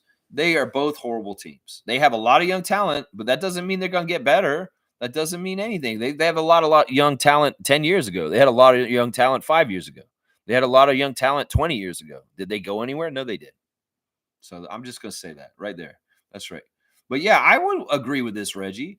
The best fit for him probably is Utah, and his best chance to probably compete is Utah also. Carlos saying, it would be so funny if the Raptors got Cooper, though. Well, if that happened, once again, I'm not such an egotist that, if Bobby and Masai do things that I don't like and I don't want, I'm not going to get mad at it. I don't get upset like that. Jalen Suggs. I am more likely to be like, okay, I'm shocked. I'm excited in some ways. They wanted to do this, obviously, and I trust them. And well, let's see why. Let's see why. That's more of what I would be like. But I don't see it happening. I don't see it. Smooth saying, I see him being like Andrea Bargnani, Cooper Flag. I don't know if that's fair. Bargnani, once again, let's not use him as an insult. That man had a very solid NBA career. And in some ways, he's our number one pick. We should honor him and also say, Andrea is unrated, honestly, for who he was. Most people have certain ideas about him and just think that he's a bust. But I'm just saying, he was a very serviceable NBA player for over 10 years. And that's a pretty good first round pick. Sure, it's crazy unrealistic expectations that people have for first round picks that sully the idea of who Bargnani is. Bargnani was a solid pro and not a bad first pick in the draft. But some people say, you're crazy. We should have taken Brandon Roy. Well, Brandon Roy, look what happened to him. He didn't get to play a full NBA career because of injuries. So nothing's guaranteed, y'all. And in some ways, I think that Bargnani cannot be looked at as a bust. I get mad when people say that Bargnani is a bust because he's not. He's not. Cooper Flag could have the same career as Bargnani. He wouldn't be a bust either, But I don't see that. I think he will be better than Bargnani. And it may be partly because he has more two-way ability. As far as there's a little bit better defense on Cooper Flag than Bargnani. That's just fair. Bargnani could block shots, but he wasn't really the best defender. Let's just put it that way. G saying some terrible women's basketball news. Juju Watkins with an ACL tear. Yeah, her team won big, huge score, but it sucks that she's out now for the tournament. And of course, she's a huge draw, and that's not good. She's kind of like the Caitlin Clark this year. So it's not good for the women's tournament because it's one of their biggest stars is not going to be able to compete anymore. That's too bad. I don't like hearing that. I really don't. Most saying Mobo's career high. He needed it. O-Rob needed a pep talk from Garrett. Those blocks, man. Yeah. Yeah. I mean, I'm glad he was fighting. His Sar was outplaying him for sure. And I'm glad he stayed out there and kept fighting. Yeah, for sure. Yeah, Mobo's weird, man. In some ways, he frustrates the hell out of me, but also sometimes he really makes me happy. I would say this, Mobo, if you're going to lose the ball or be kind of not making layups and dunks, at least you're busting your ass as energy player and getting after loose balls and rebounds. That I will stand beside you for. If not executing on offense very well and some of the turnovers, well, the way you make it up to me is you get really active on the court and you bust your ass all over the place otherwise, and that's what you're doing. So it kind of makes up for it right there. It kind of makes up for it. Stargate saying, you may not believe we have the best front office in the league, but undoubtedly we have the smartest. That is for sure.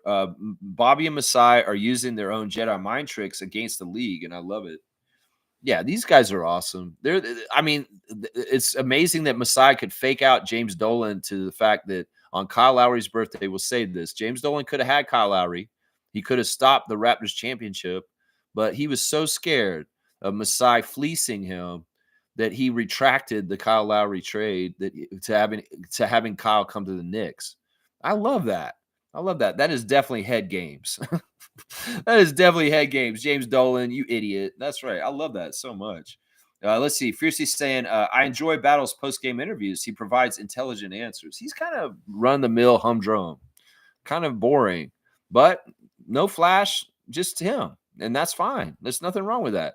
Jameson, just keep doing what you're doing. You got to believe in yourself. You're going to make those shots, and you will. And, man, I love it when you're zeroed in. You really, really are a money shooter when you are on fire. You really are. It's amazing. Most saying we let Sar too loose at the end.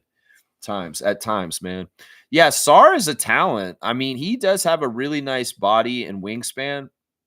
And some of his shooting touch is quite good. Talking about big man shooting touch, because he has a little bit of a flop shot, and he has some of the shots in the lane that are quite good. And he does shoot threes okay too. So he's a very intriguing player. Of course, I still say you can have all the talent in the world on the Wizards. They'll be mismanaged to lose no matter what. And it is what it is. It is what it is. Fiercey saying, yes, at Monique, those blocks on O-Rob were ugly. Kind of embarrassing, but I guess it'll be good in terms of development. The coaching staff will work with him. He should also observe the magnificent yak. Yeah, I mean, that's partly just a testament to the talent of Sar and his ability to regain his footing after multiple shots. Like, it's timing. He had to block the first time, and then he regrouped, and then he blocked the second one. Just really good timing. And Orlando got frustrated and ran him over at the other end. That was funny. He got really mad at that point. Yeah, he really got mad. Yeah. Let's see. Mo's saying we already surpassed our wins from last season. No, we didn't. We're right at it right now. 25 wins is what we had last year. And we got 25 wins right now. We don't have more than 25 wins, Monique. We have 25 wins right this second. So we're exactly at our win total from last year. Now, if we get the next one, we will. Yeah, we'll have 26, and we will. We'll get the next. I don't know if we'll win the next game. In some ways, it's like losing to the Nets and the Sixers is kind of a priority. I know you hate me saying that, but for strategy-wise, it's kind of smart. It's kind of smart to try and lose to the Nets in Brooklyn tomorrow night. It's kind of smart. Seymour's back. Good to see Seymour. He's saying finally back from an 18-hour drive to Saskatchewan, 9 hours both ways. Blessed to be home safe. What did I miss? Good to see you, Seymour. And yes, buy gas at Husky. And since Seymour's here and he's got his Canadian flag there, I love it. Let's see. I'm going to do my product for today. Y'all, I did snack food yesterday called Covered Bridge potato chips. And forget about Lay's, any kind of American company. One of the things you got to understand is American companies paid a lot of money for advertising and brand recognition. And Canadians in this country have bought American products just blindly, unconsciously, because that's the product we're most familiar with. Well, I want to help get more familiar with the Canadian equivalents that aren't necessarily on your commercials on your TV. They're not necessarily companies that you would think are out there, but they are. And we're going to teach you guys something about beef jerky today. That's right. Jack Link's beef jerky has a very successful campaign with a Bigfoot and all kinds of other crap on there. Maybe it has some flashy commercials, but I'm going to show you an alternative that's 100% Canadian from the province of Alberta, where our good friend, the Sheriff Seymour Pape, lives. And that is McSweeney's. McSweeney's beef jerky, 100% beef from Canada, made in Canada, Canadian company, 100%. Nothing to do with Jack Link's. Y'all like beef jerky? Get McSweeney's. McSweeney's is 100% Canadian beef jerky. And I'm just saying, we got to do this in this trade war that dumbass Orange Man has called on us. Well, fuck around and find out, Donald. That we're going to switch from Jack Link's Bigfoot beef jerky to McSweeney's, which is out of Alberta. It's a good Canadian company, 100% all in our country. We make the beef here, grow them cows here. We slaughter them here. We process them here. We drive the truck here with the Canadian gas to the place. You buy it. You're Canadian. Nobody else involved. Canada, Canada, Canada. So McSweeney's beef jerky is my Canadian product of the day. You like beef jerky? This is a teriyaki bag. I should read the back about how they're proudly Canadian and how they've been making this. We even tell the stories about these small Canadian companies. And well, hopefully McSweeney's will do so good because people are buying them instead of Jack Link's up here in Canada that they'll have to hire more employees and get on a bigger scale of production. There you go. That's what we want. Buy Canadian if you're Canadian, and McSweeney's is your beef jerky choice.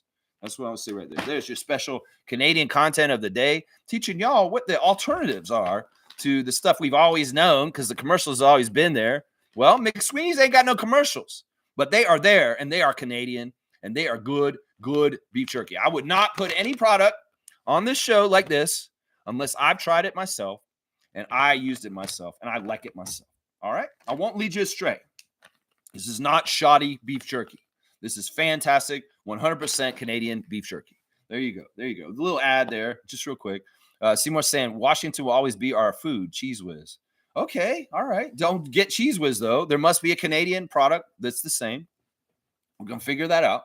We'll let you know. We'll let you know. That's right. Fiercely saying, welcome back, Seymour.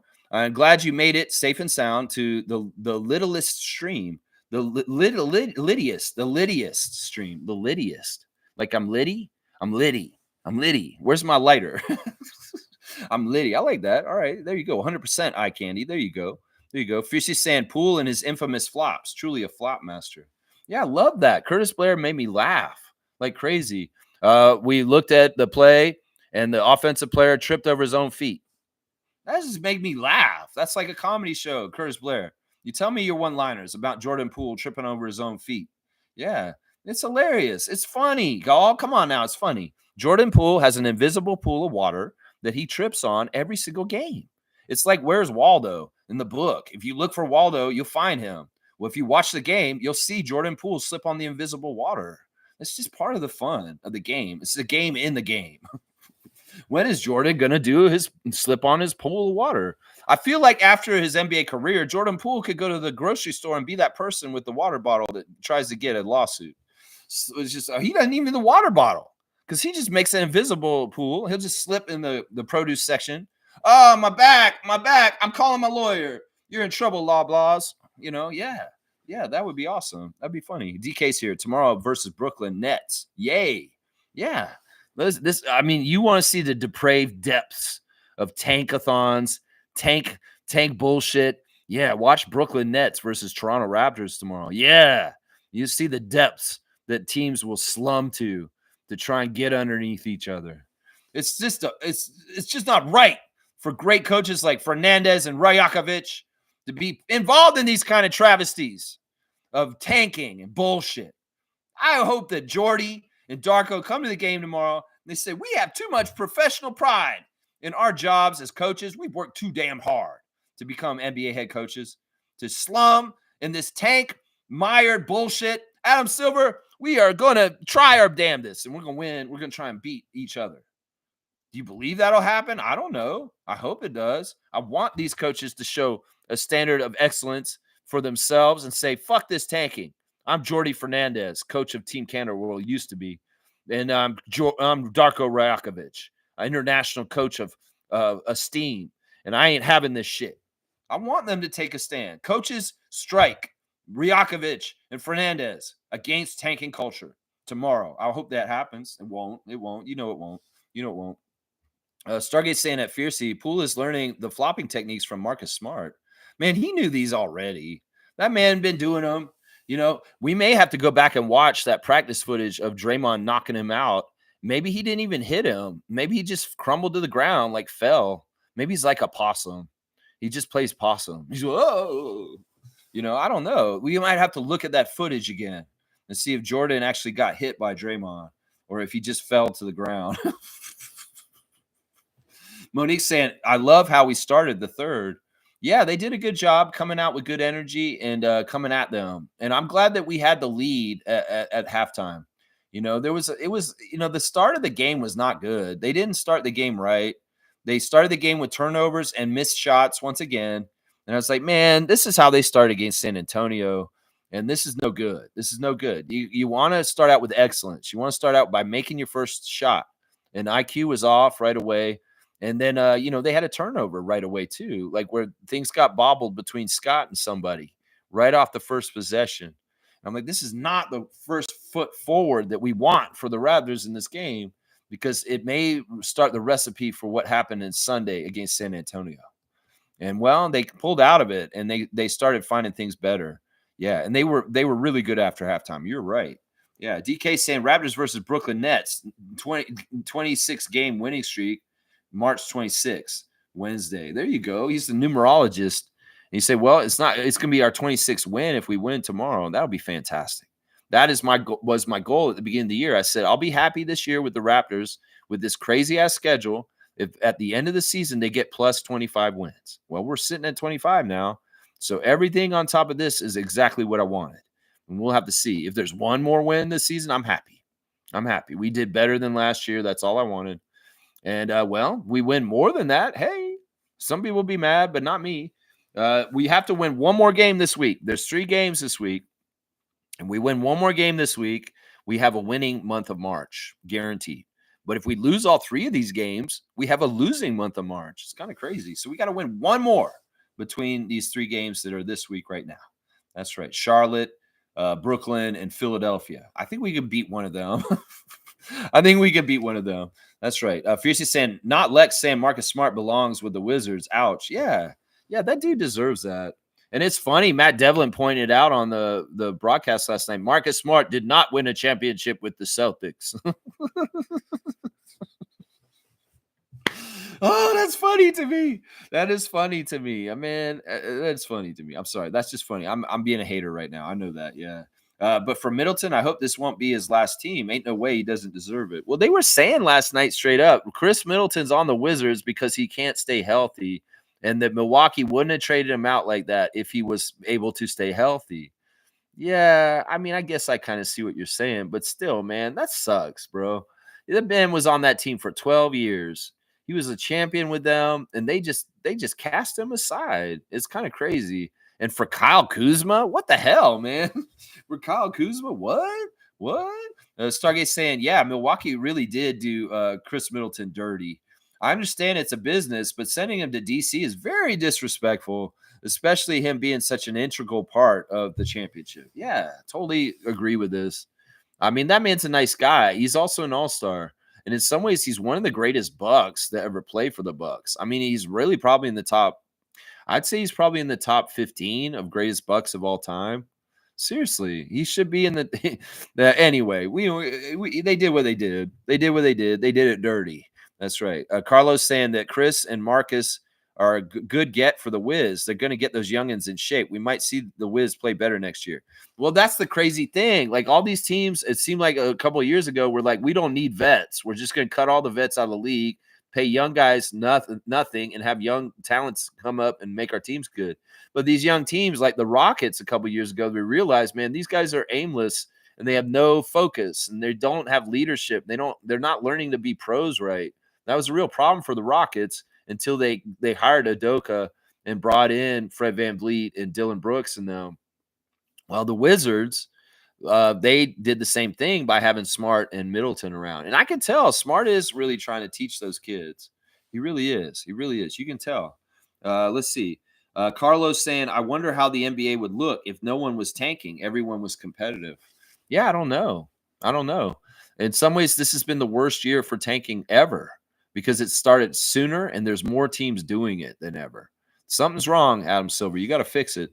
You got to fix it. Mo's saying, I'm glad Sue wanted to win too. Love both battle interviews. Savannah interview too. Yeah, I mean, I wanted to win last night too. I was like, I'm competitive. I want to see us win the season series with the Wizards and continue the streak of 7 years of winning the season series with them. And in some ways, they're a bad team. And I don't want to lose to a bad team. The Spurs were a good team on Sunday. And that they obviously were. They routed us. But the Wizards aren't a good team. And we don't have no business losing them even in this situation of tanking right now. It'd be looking bad. It'd be looking real bad. Fiercely saying at Stargate, no more Splash Brothers. It's now the Flop Brothers. Yeah. Yeah. Poole had the right name for Splash Brothers, but he got kicked out. In some ways, he just didn't. It wasn't. Yeah. And now the Splash Brothers Pods is there with Steph, and Clay's not even there anymore at this point. So, yeah, Splash Brothers is always going to be Golden State. There ain't no Splash Brothers in Washington. You can't do that there. It just doesn't happen. It just doesn't happen, man. Stargate saying, hey, beyond the Raptors have won more than 23 games, sir. You said they're not winning more than 23. Lex should go off on you. I don't know. In some ways, those guys are behind me. I mean, I Basketball Rewind, all the best to you, man. And I know that you're pissed at me because I went off on you, but I honestly could not stand on the sideline anymore and listen to y'all degrade our team the way you do. And I just had to do a little reality check. And you can be mad at me for it, never come back. I don't care. In some ways, it's like, look, I like Coach Roach. I think he's awesome. I like Kenyon as a person. It's just that sometimes his content pisses me off. And I just was vocalizing it on my channel in a reaction, in a retort. And, well, he didn't like what he had to say. He thought it was bullying. But it really was me just being a positive Raptors fan telling you to shut the fuck up, Kenyon. Is kind of what I was right there. That's right. Reggie's saying, it's hard for me to make it through these games without falling asleep. It's a terrible watch, in my opinion. I enjoy it myself because in some ways I like to see these young players really, really learning in the moment, like second by second. You can see changes with what's happening. Some of them faster, like Shed, and some of them kind of still struggling in different ways, like Castleton. But that makes sense because Castleton's been here the shortest period of time out of everybody. So it is what it is. It's tough. I know that there was a certain point where the two teams put out their youngest squads from the end of the bench, and it devolved into a G League kind of energy on the court. Lots of missed shots and lots of turnovers, and not very many executed correctly plays for a little bit of time there at the beginning of the fourth quarter, kind of there. And I was like, oh man, this game's devolving into a different level of competition, and the excellence is going right out the window with the age range of the players across both teams going very low and the experience level being low. Yeah, it was like that. Yeah. DK saying that's wrong about the 26 game winning streak. Yeah, man, listen, they're not all in a row, just so you know, DK. It's all good, man. I love you, man. Smooth saying, for the most part, the Raptors play hard, but when you know the other team will just throw the game, geez. Yeah, I don't even think they were totally trying to throw the game. It's just that they're not that good. That I mean, this is the other thing. Like, there's a coaching mismatch in this too. Brian Keefe is a nice guy. Brian Keefe is the only guy who will coach the Wizards right now. If they could get a name coach to come and take that job, they'd have a different coach. And in some ways, Brian Keefe is a glorified assistant coach who's taken a job that nobody else wants. And he was an interim ad. That's the other crazy thing. That's when nobody wants the job. Seriously. Because what happened was they fired who was the coach before? Wes Unseld Jr. They fired him mid-season and they replaced him with his assistant coach, Brian Keefe. Well, at the end of the season, normally an interim coach is either like, he's usually passed on and they get a big name to come in and take the job afterwards. They're just a placeholder for while that person's been fired for the rest of the year, and then they get a new coach hired. Well, nobody wanted the job. Nobody wanted the job. And that's why Brian Keefe is still the coach of the Wizards as the interim coach who got the spot. And some ways, the Wizards could have upgraded that job. If they could have, they would have. And that's part of it right there. So in some ways, it's a mismatch with the coaches. It's a mismatch. Then obviously Darko gets way more out of his players than Brian Keefe does. And they're way more organized. That's the other factor in it right there. Fiercely saying, agreed, Lex. Kids in competitive teams require physical, mental toughness, discipline, and focus on their studies. Also, lots of work from the parents driving them. All this to lose on purpose? Nah. That's right. There's too much sacrifices. There's too much time invested. There's too much ups and downs. There's too much time into developing your skills and getting better and becoming a better and better basketball player to waste it when you finally get there. Yeah, you can't tell Colin Castleton to lose on purpose. You can't tell him that. He's been trying too hard to get to where he is right now. You just can't do it. It's not right. It's not right. Reggie's saying Brooklyn is probably throwing the game tomorrow. Charlotte, New Orleans in a battle for that third spot. So Hornets probably throwing the game too. Yeah. I mean, there's a lot of these matchups at the end. You know who you need to blame in some ways, Adam Silver, is you need to blame the schedule makers. Yeah. Because I think that you're not very good at balancing the schedules. Obviously, from the Raptors schedule, we can see that. And what's happening is you're getting a lot of these tank matchups organically because y'all made the schedule this way. If you mix it up and make a little bit of degree of difficulty up and down throughout the whole season, especially for the Raptors, this wouldn't be as much of an issue right now. But apparently you want all the bottom teams. Somehow you collectively group them all together to play each other at the end of the season. So you have all these tankathon matchups of the bottom of the league. Really stupid. Y'all try and manipulate the schedule with some seedy ass shit. And in some ways, this is backfired on you because of this shit. And specifically with the Raptors, front loading our schedule with all the hardest games of the year and then giving us all our easy games at the end of the year. Well, that's y'all's fault that y'all did that. And in some ways, y'all get a black eye and you look bad for it, is what I'm saying. That's what I'm saying there. Yeah. Yeah. Nako's saying that Grady has the higher offensive ceiling. Jacoby will be the more complete player. Yeah, I don't know if that's exactly true. In some ways, I would say this, Nako. that Grady in some ways is more in trouble of falling into a role player role than Jacoby. And part of it that is because Jacoby in some ways is a more complete player all around. And I agree with that part of what you're saying. But I don't know if Grady's going to be more offensive, more higher scorer player. I can't say that for sure because Jacoby Walter has all kinds of promise that he can grow into too. I don't know. Once again, I don't like comparing the two of them. I know that in some ways they're competing for minutes and roles on this team in the next few years, but they're like apples to oranges to me. And in some ways, they're great different options for Darko to plug in for whatever that particular feel or need is in that game at that time. And in some ways, you might need the better, more dead eye 3-point shooting of Grady and some of the hustle that he has in certain ways. But in some ways, you may need the Jacoby Walter package and some other options. And I just like him having flexibility and choices of the kind of player he can put out there. They're very different. They're not the same. And in some ways, they shouldn't be gauging each other against each other anyway. They should be gauging themselves against themselves from yesterday and whether they got better themselves than they did against each other, against themselves, against themselves. Not Grady versus Jacoby. It's Jacoby versus Jacoby yesterday and Grady versus Grady yesterday. Yeah. Let's see. Stargate saying, whoa, that's high praise comparing Jacoby to Alex English, who, in my opinion, should have absolutely been one of the top 75 and was snubbed. Him and Dwight Howard. Yeah, I don't believe. Yeah, Dwight Howard shouldn't have been in there. I don't believe that. But Alex English is one of the greatest scorers in the league. He scored the most points in the decade of the 80s. And I'm just saying it's because of the way he can do all the different stuff. And a lot of young players come in this league and they're not built like old 80s scorers like Blackman and English. And that's the thing. And I've compared Jacoby to Jamal Crawford, like that kind of baller, kind of nose for the basket and just a scorer's mentality. And Grady has some of that too. It's just in some ways Grady's most powerful weapon is his three shot, obviously. Now Jacoby has a good 3-point shot, but in some ways he's not really known for 3-point shooting like Grady is. So, like I said, they're apples and oranges, and we can have both fruits in the fruit bowl, and neither one has to get out, is what I'm saying. Yeah. James is saying, Lex, if you could only keep one, Jacoby or Dick. I don't want to make that decision.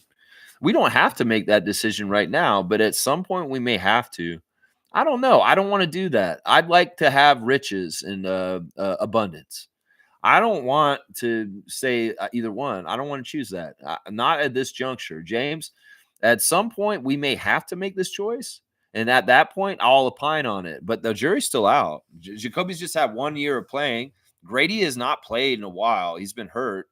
So he's not fresh in our minds. And well, I want to allow these guys still lots of time to develop and get better as Raptors before I have to choose one or the other. And at that time, I'll choose it when it seems like, well, it's inevitable that we got to make some tough decisions with contracts and who we're going to go forward with.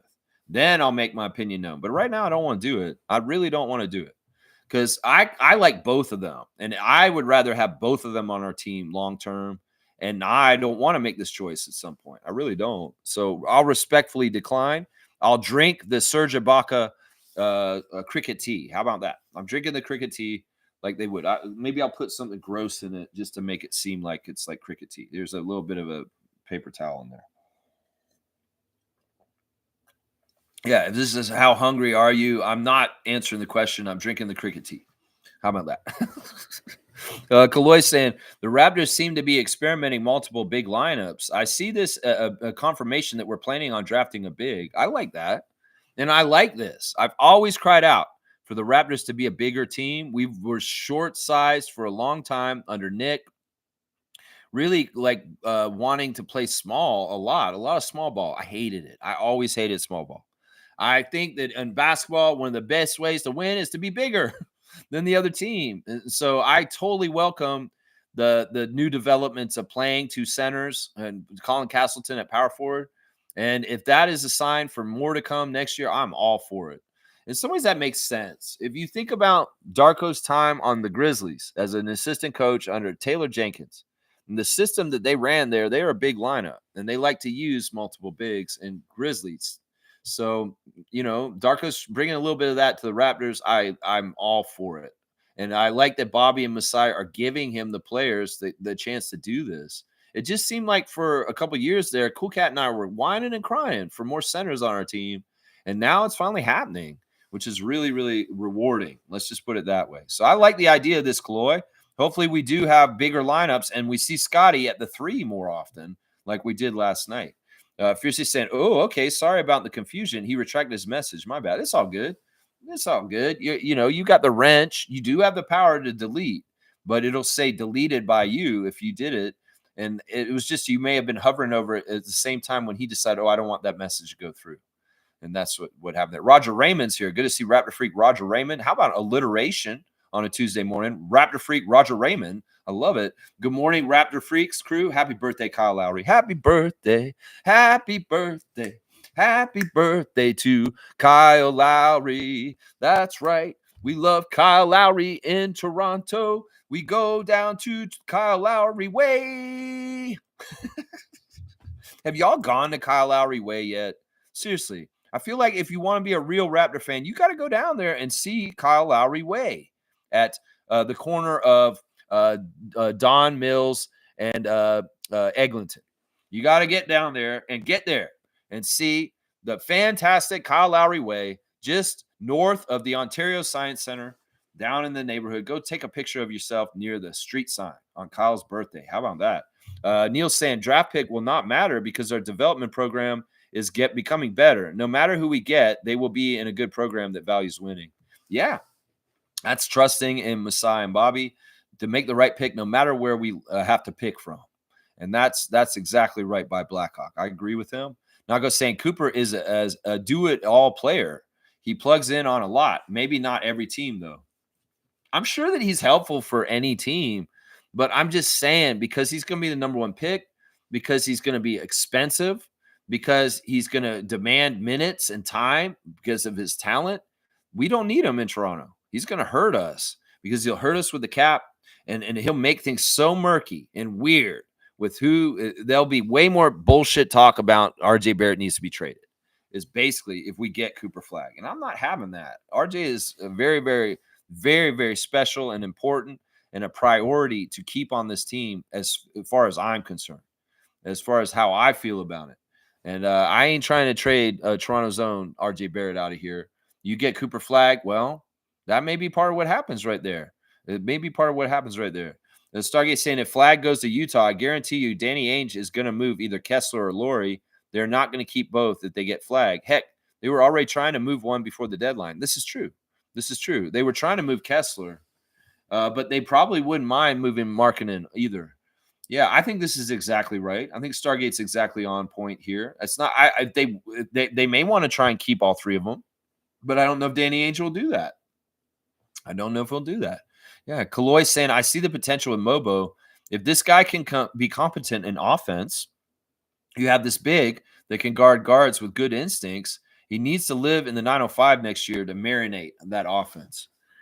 That would be nice. Like if he saw some sort of offensive jump similar to Siakam.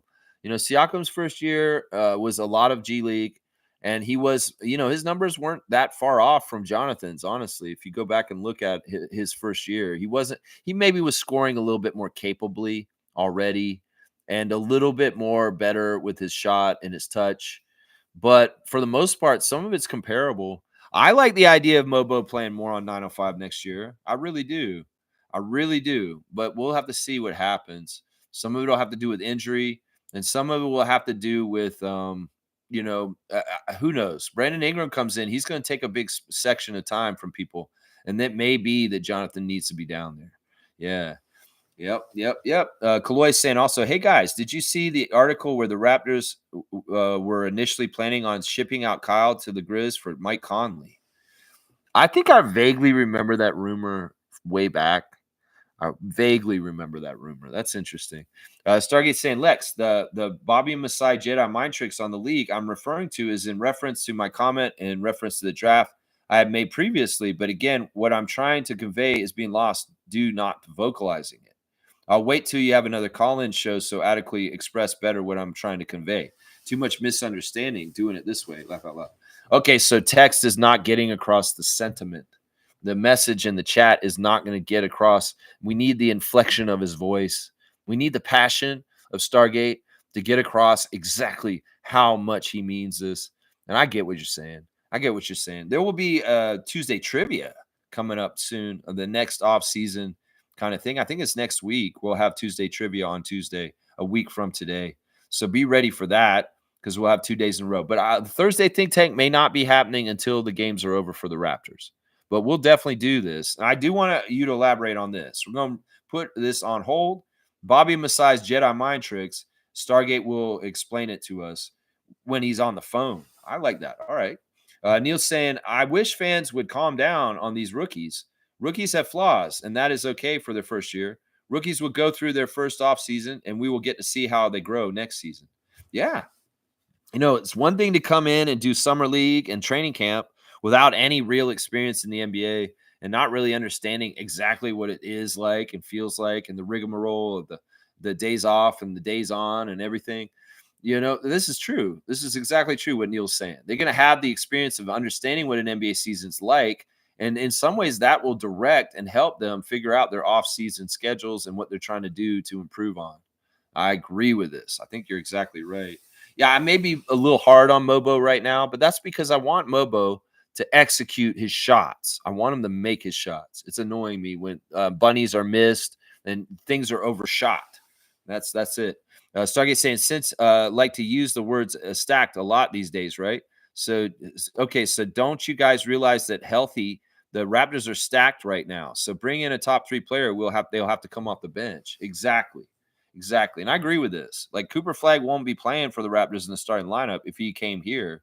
In some ways, that's not attractive to him.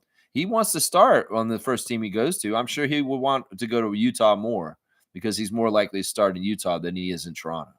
That's just the damn truth. And all you Cooper Flag heads that disagree with me saying, oh, what are you talking about? Cooper would start for us no matter what. You're fucking wrong. You're wrong. He would not start for us because we've got Barnes, Brandon, and Barrett. And those guys are our forwards. That's it right there. That's right. Most saying W stream, W vibes. Go Raptors for life. Keep at it always, Lex. Raptor Free Crew, strong forever. Just helping me limit the comments. There you go. I like that. Thank you, Mo. I appreciate that. Stargate saying in limited minutes and Blackhawks laughing. Blackhawks saying, I agree. They will have to bring their pick off the bench, but they will also have to push players down to the 905 to control the minutes. Yeah. And that may be where naturally Jonathan Mobo goes to 905 more next season if we get a guy like Common. And Common is taking more of those kind of bench big minutes on the regular roster for the Raptors. Yeah, it's a classic card. Let's do the Instagram stories instead. How about that, Trevor? We'll start with Lloyd. What about Lloyd celebrating Jonathan Mobo's career high in rebounds? 11 rebounds. There's a dog in him. And Lloyd is putting on blast one of his best friends for it. I'm gonna say, he said, I'm gonna put a fire emote to Lloyd in response, and we'll see if he responds to me later. He might. Lloyd's also saying this morning, God's timing is designed to teach you to trust. There's a good sentiment. So you're wondering, what was me? Why is this like this? Well, just wait around and God's timing will show you to trust him. Watch, you'll see it. Orlando Robinson put on blast the final score of 112 to 104. The Raptors winning by 8 points against the Washington Wizards last night. And there he is coming into the game with a nice sweater and nice slacks, nice shoes. Orlando Robinson. Eugene Omeroy with the black and white pictures. He didn't play the last game. I don't know what's going on with Eugene. I don't know what's going on with you, man, but I love you, man. You're awesome. Gino, you got some swag, my guy. Emmanuel quickly with the highlight of his coming around the screen from Pirtle and getting pushed in the back. That's the 4-point play that he made. And then he does a little shimmy on the floor. There it is. Emmanuel smiling. Yeah, Emmanuel, I told you you're going to win if you and Yak play. Jonathan Mobo getting put on blast by Jamal Shed. Jamal Shed's not posting his own stats today. He's posting his teammate stat. 11 rebounds for Jonathan Mobo. Jamal's proud of him. And so is Lloyd. There's AJ Lawson coming to the game wearing his fit with his sweatpants and his jacket and his baseball cap. AJ's still so happy. Like you can tell, he's just a really happy dude, bouncing around, coming up in the NBA. You know, he played G League the day before, and now he's back with the Raptors on the next day and playing against the Wizards. And AJ just has a light, happy air of feeling around him right now. His aura is really good. Jonathan, putting on blast his own accomplishment, 11 rebounds in the game yesterday. You go get 15 next time, Jonathan. And there he is in the fits coming down the hallway wearing his hoodie and his pink backpack. That's right. What does Jonathan's shirt say? More humble Christians is what his shirt says. Okay, that's interesting. And there's Orlando behind him, walking behind him. Siakam backstage, always doing his thing with the Pacers. Let's go, Siakam. Let's have a good postseason, my guy. I'll be rooting for you, Spicy. Let's go, P Skills. That's right. You go, Siakam. Always rooting for you. Jared Roden has highlights from his 30-point game against the Capital City Go-Go on Sunday. There you go. Good stuff there. There's Norman Powell with his gear on attractive women on his Instagram stories. Matt Devlin in the Instagram stories with his guy, Alvin Williams. There you go. Alvin's been so good this year, man. He's comfortable. He's so funny. I love them, like, calling it from the perch. I mean, I don't understand that. Wizards, you ain't got nobody at the game. Seriously. Why can't you put the announcers down near the court? It's not like you're taking away expensive seats from people that are clamoring to come to Wizards games. Why the hell do you put Matt Devlin and Alvin Williams up so high on the 200 level? They should be down next to the court like a normal broadcasting crew is normally down there. Like I said, you ain't got no fucking sold out arena. There's no reason why you can't let the announcer sit next to the court to call the game. Why do they have to sit up there on the perch? That's what I'm wondering, man. Why are you making them sit way up there? Seriously, what is that? What is that? There's Jack Armstrong is next to Brooklyn Bridge on his Instagram stories. Jackson, Brooklyn, baby. SGA with the butter shoes, as always. The butter shoes are in full effect with SGA's life. That's right. The butter shoes. Who's wearing the butter shoes there? Is that Chris Paul wearing the butter shoes? Who's wearing the butter shoes, man? Somebody wearing the butter shoes. Somebody got married in Dylan Disu's life. So he went to a wedding, and it looks real warm where they are, too.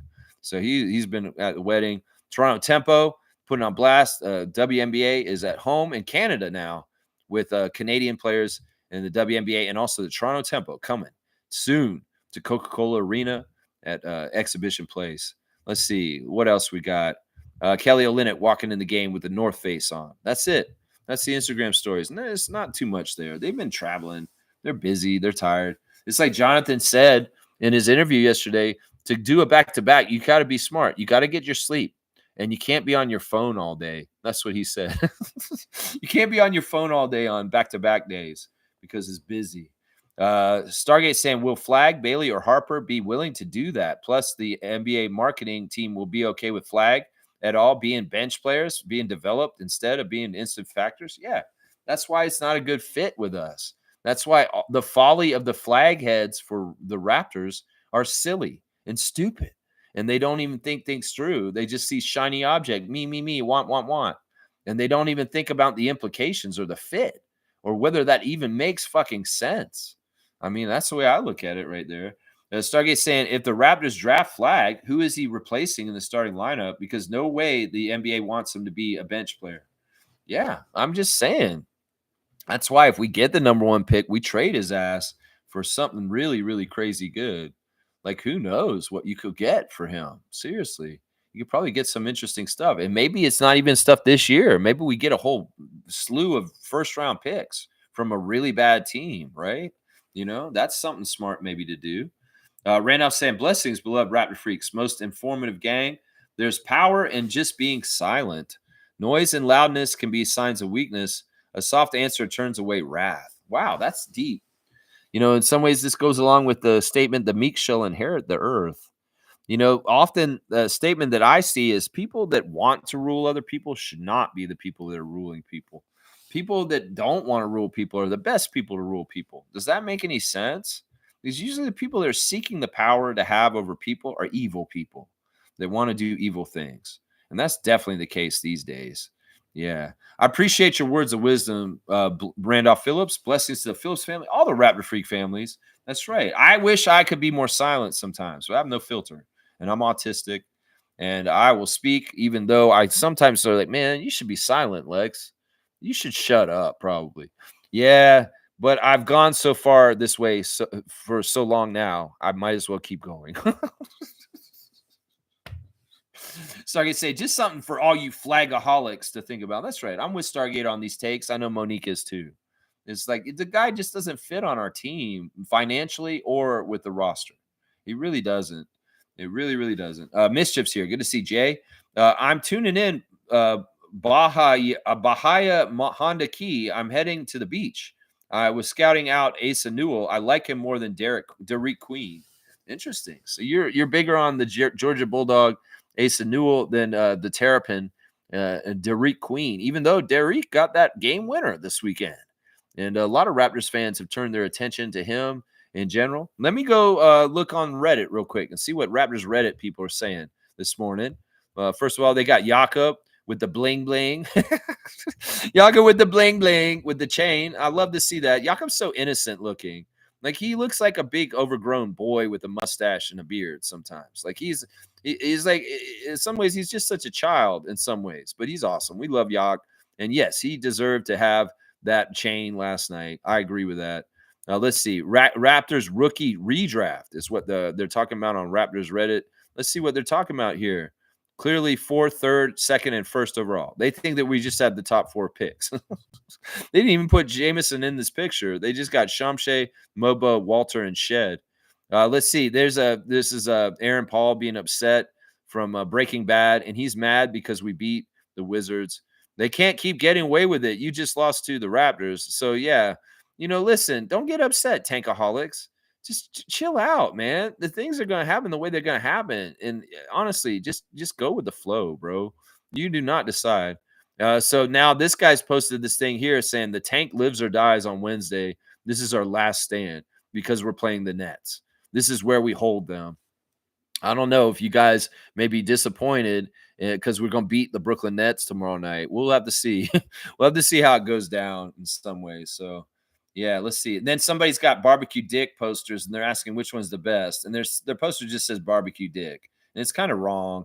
And they've got goofy pictures of our players on it too. I don't know if they're trolling. It kind of seems like they're trolling the barbecue dick stuff. All right, there you go. There's your Reddit reactions for today. Yeah, somebody who's all about barbecue dick. Yep. Randolph's saying, Lex, I think our situation should be looked at differently. If we did well in the first half of the season, the schedule would have been perfect for us. I know. We were hurt and we had the toughest schedule at the same time. And we didn't win a whole lot. In some ways, we weren't expected to because the schedule was like that. And the other thing is the NBA knew we were coming in with a totally new cast of players. We just traded Siakam and Anunoby. And the team's totally different now. And we had a bunch of new rookies. So in some ways, it's very, very pointed and very strategic. The schedule they gave the Raptors this year. Absolutely strategic. In fact, this is what they wanted. They wanted us to get so bad the beginning of the year from injury and a tough season that by the time we got to our easy games, we were beaten down and not enthusiastic, not very upbeat, and kind of just rolling over and continue to lose. But that's not the case. Darko once again sailed the ship through adversity, change, disruption, all kinds of different things. Last year was tough with the big, huge trades and the change of personnel. This year, it was more just weathering the roster, the schedule and the injuries to get to this point right now. Yeah, Neil saying, Flag will come off the bench or we are forced to make a trade unless you can get RJ off the bench, which would supercharge the bench. Man, we are loaded. Yeah, I don't like that. I don't want to do that. That doesn't make any sense. I would say if there's a hierarchy of things, Cooper Flag, I'm sorry, you're coming off the bench, and RJ starting. That's just how it is. It's just how it is. Most saying happy birthday to the Groat. I like that. Stargate saying having both Jacoby and Grady is good. No need to choose. Grady can play the 3 off the bench and Jacoby the 2 off the bench. I think O'Shea and Battle may unfortunately be the odd man's out. Those guys, we'll have to see. Jameson, if he doesn't hit certain levels with his gameplay, where he just goes above and beyond, he becomes way attractive on the free agency market. Hopefully we can keep him around on a bargain. That would be good. Now, the stuff with O'Shea is more different. Now, you put O'Shea in the thing with Dick and Walter, and you're kind of like, well, they're all 3 very different. And in some ways, once again, you can have a diverse roster of different kinds of players that do different things. That's very smart. So, you got Jacoby, you got Grady, you got Oshai. Those guys can give you all kinds of different things each and what you might need. And Darko wants options. So hopefully we can keep them. We can keep them around. I'm all about that. Yeah. Stargate saying, but we are stacked. That's right. Stacked like Dolly Parton. That's right. Trevor's saying the 5 rookies we have right now already better with experience and better than any draft pick is coming in. Yeah, I don't know if that's totally true, but we'll see. We'll see. I like to think you're right. Nako's saying, I think if the Raptors get the number 1 pick, big changes come, flag or no flag. If they trade the first pick, it'll probably have to be a high value trade. I suspect, though, we pick 6th. Well, we'll just have to see how it goes. Stargate's conspiracy theory that we are not allowed to pick first may be true. It may be true. I'm not saying he's not for sure, but I tend to say that it's probably not true. But we'll have to just see. We'll just have to see. I don't think we'll get the first pick, though, guys. I don't think we will. Most saying, I've gone down to Kyle Lowry Way with Jen once. That's cool. Yeah, I went down there once and saw the sign. Just kind of hung out down there for a sec because I decided I wanted to go down there. It's a little subdivision they've been building the last couple years. So there probably are people that are living there now. When I went down there, they were still building the condos. And that was a couple years ago when they first named it and put that road there. Kyle's really proud of that road, guys. I mean, seriously, Kyle is really, really proud of that road. And, that's something to be said. A player who's actively still playing in the league has a street named after him. That's a big deal. It's a big deal. I thought that album was hilarious last night, talking about his family from Philadelphia. Yeah, he was talking about getting the tickets for family for games like IQ in the game last night with his family from Maryland. And he brought up that he didn't want his family coming to the games anymore for the Raptors because they were cheering for Philadelphia when they come. And that Matt was like, well, if you're going to get them the tickets, Alvin, they should be rooting for the Raptors. And he's like, good luck with that, trying to get my Philadelphia family to root for the Raptors. So it really kind of opened a window to seeing just how much Alvin Williams is a black sheep in his family. They're all diehard Sixers and Philadelphia fans in general. And Alvin, in some ways, he's turned his back on his own family, his own city, his own state, Philadelphia, Pennsylvania. And he's a Canadian. He's a Toronto guy. He, like recently, Alvin said, I'm not an Eagles fan. I'm not going to celebrate this Eagles Super Bowl championship because I'm a Bills fan now. So it's like that. If that isn't a sign that Alvin Williams is completely Canadian and Toronto man at this point, and he's willing to be excommunicated from his family over picking Toronto over Philly, that's a real one. I'm sorry. That's why I always put Alvin near the top of the greatest Raptors of all time because, dude, did you hear what I just said? He's pissed off his whole entire family by being more Toronto Raptors and Toronto oriented than Philly. And they're probably not pissed, but they accept it. But in some of you got to think about what I'm talking about here. He crossed his family on sports loyalties, and he's with us. That's a real one right there. I'm sorry. He's picking our team over his family, y'all. Seriously, think about that. Think about that. It's crazy, man. Stargate saying exactly. We don't need flag here. Ace off the bench as a scoring 6-man is the only way he works with us in this current iteration version of the Raptors. And it's a pretty good option if he's willing to do that. Yeah, that sounds about right with Ace Bailey. I like what you're saying there. Dylan Harper coming to this team is going straight to 905 like his brother did, unfortunately. Yeah, that's probably true, too. That's probably true, too. Reggie's saying, I do think a priority for the front office is to get a young 5 with upside. That's why we like Common. And Smith's saying, does the draft have that kind of player? I don't know. Common. Yeah, maybe Queen. Yeah. Nako's saying, to the point about Flag only wanting to start, that I don't think though I don't think unreasonable to assume he'd be okay with coming off the bench. He did think about returning to college. Yeah, once again, I feel like we are overanalyzing, overthinking about Cooper Flag, just like we did Victor Wembanyama a couple years ago.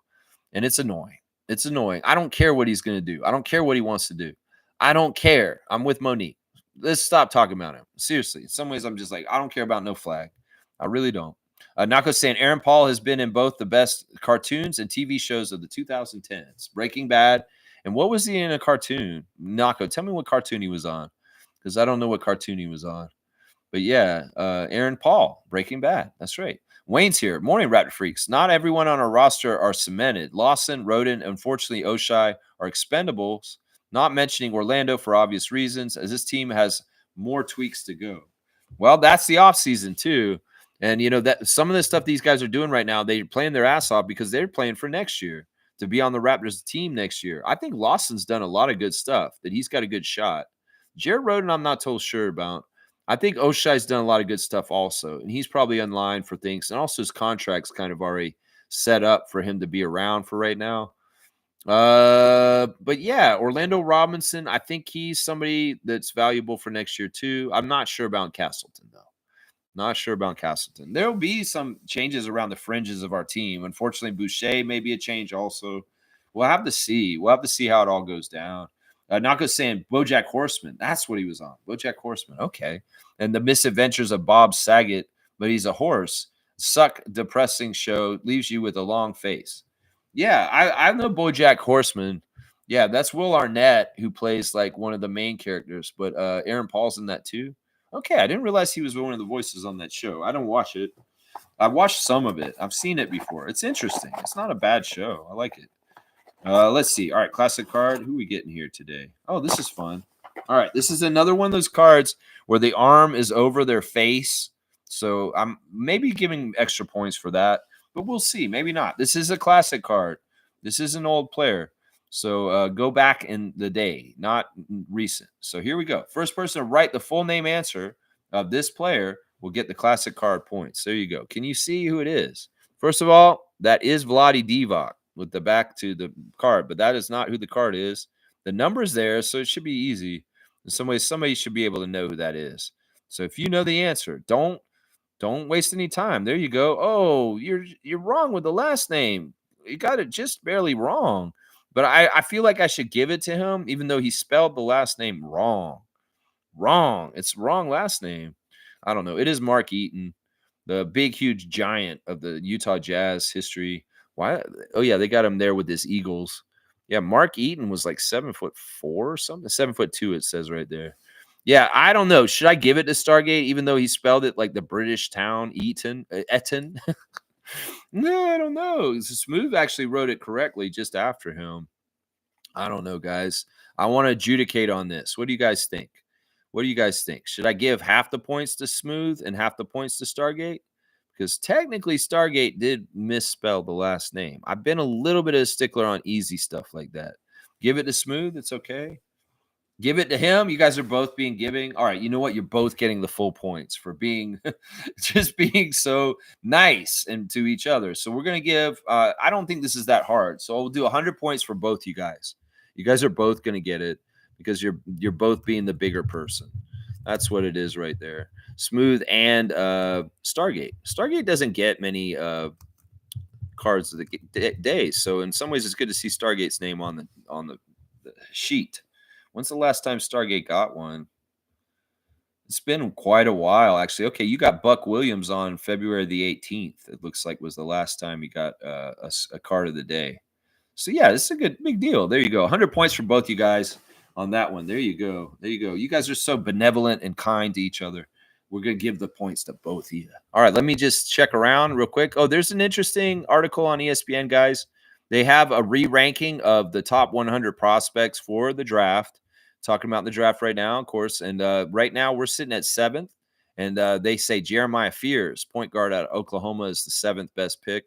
It's Cooper Flagg, Dylan Harper, Ace Bailey, VJ Edgecombe, Trey Johnson, Kasparis Jaskanaiis, Jeremiah Fears, and then Common at 8, and Con Canupel at 9, Derek Queen at 10. So that's the ESPN top 10 best prospects for this draft in order as of this morning. This is the updated version. And I see at the end of the draft, at the bottom of the list, at number 99, Andrew Nebhard's brother, Ryan Nebhard, point guard of Gonzaga, on this list here as a notable Canadian there. So, yeah, there you go. Thanks. Yeah, no problem. You guys were both very kind. Well, if that kind of action happens, you both get it. You both get it. All right, one more time, y'all. McSweeney's beef jerky, 100% Canadian beef jerky, high in protein, low in fat, gluten free. See that Canadian flag at the bottom there? See that Canadian flag right there? Proudly Canadian. McSweeney's. Let's read what they're saying about them. They're saying McSweeney's is proud to support the farmers and ranchers that put the very best of Canada in their products. That's why beef jerky is made with 100% Canadian beef, seasoned and marinated in small batches, then smoked over Canadian hardwood. As a proudly Canadian brand, it's our honor to serve the best quality to you. So, y'all, no Jack Links, nothing from the States. Get Canadian jerky from McSweeney's out of Alberta. Proudly smoked on Canadian hardwood. So it's not even just like the beef is Canadian. The wood that they cooked it on was from Canada too. So there you go. That's right. There you go. There you go. McSweeney's. Buy Canadian, eat Canadian, Canadian beef jerky. Don't buy no Jack Links. Demand McSweeney's at your local store. There you go. Khan is not going before Queen. Come on now. It's not comedy hour. That's just what ESPN put in there. I think you're right. I think you're right. That's over importance on Duke players is what you're saying right there. All right, let's do the rundown and get the hell out of here. The Raptors won yesterday. They got their 25th victory, matching their season total from last year with 25 wins. Their 5 stars of the game in the win was Jakob Poeltl, Jamal Shed, Jamison Battle, Emmanuel Quickley, and Scotty Barnes are the 5 stars of the game for this guy right here. Let's see if there's any updates on Blue Skies with any breaking news that I may need to know. Nothing there. Doesn't seem like there's anything. It's a slow day. We did that. Happy birthday, Kyle Lowry. Happy birthday, Marco Bellinelli. And happy birthday, William Cunningham. Y'all check in on the Kensington Variety VIP Club show. There's a new episode that came out today from 5 years ago today where I decide to step away from my job at the store because the pandemic's ramping up and they were cutting the hours anyway. And some of the other employees needed the hours and the time to work more than I did. So I respectfully stepped away from working at the convenience store, made the decision on this date 5 years ago. Yeah. And it's sad because I didn't end up working there very much after that. And that was closing of a chapter of the Kensington Variety VIP Club. But I do the show. I continue to do it during the pandemic at home. And the show's weird in the next couple episodes. Just so keep following it. It's fun. Let's see. Guys, the first night of the playoffs in our Raptor Freak Fantasy League have gone down. And I've got a lead over Meredith 5-1 after one day. Kaz is beating Jason Dukes 5-1. Nako's down 6-1. And Peter Saborn's, the current champion, is beating Andrew Shamshays 7-0 after one night of playoff action. So keep setting your lineups and be competitive and do what you can to try and win. All right, let's go. Yeah, let's see. W Stream. Thank you, Marie. I appreciate that. And Wayne saying, Raptors Delight final episode. Was it discussed? Anyone watched it? Any good? I did not watch it. I forgot to. So I'll watch it this afternoon. And I'll react to it tomorrow during the preview for the Brooklyn game. So, yeah, I didn't watch it. I guess I didn't care about watching it last night. I guess it wasn't must-watch TV for me, Sportsnet, to watch your Dark Side of the Raptors series. But, no, I didn't watch it. So I can't opine on it yet. I'll watch it this afternoon, though, I promise. And I'll tell you guys about it tomorrow, what I saw and what I thought. But people said in here that did watch it, they said it wasn't that bad and that it was actually a pretty good episode. So maybe it is the best episode out of the 4. And it'll be the one. You didn't watch it either, Mo. See, it's like must not be that great if the super fan Monique Lawrence and the Raptor Freak ain't trying to watch this shit. Seriously, I mean that says a lot right there. Monique, the super fan Lawrence, and myself, huge fans of the Raptors, did not give a shit about watching Raptors tonight. Raptors Delight last night after the game. We did not give a shit about watching it. That's how bad this series is to us. Anyway. I love you guys. Please like, comment, subscribe, share, join the channel if you feel like it. You get access to our Facebook chat where we talk during the games and live comment, which is fun. And you also get access to 24 hours, 7 days a week, information coming in all the time that gets posted by people like Commissioner Trevor J, Monique Lawrence, and many other people that are in that chat also. So I appreciate everybody for their contributions in that. All right, y'all. Have a great Tuesday. I'll be back tomorrow to preview the Brooklyn Nets game tomorrow night. We'll have all the latest lineup news and the ref report ready for you first thing in the morning, around 9:15, 9:20, 9:30 tomorrow. All right, let's go, Raptors. Always get the dubs, baby. It ain't right when we're losing on purpose. We hate this shit. It's not natural. Raptor freaks want to see Raptors win. That's the natural thing. And Monique is exactly right. Let's go, Raptors. Let's go and stop this BS, Tank Nation. Garrett Temple's called you out, and you better listen to him. That's right. That's what I'm going to say. Get McSweeney's, guys. McSweeney's, the best beef jerky you can get in Canada. Let's go. McSweeney.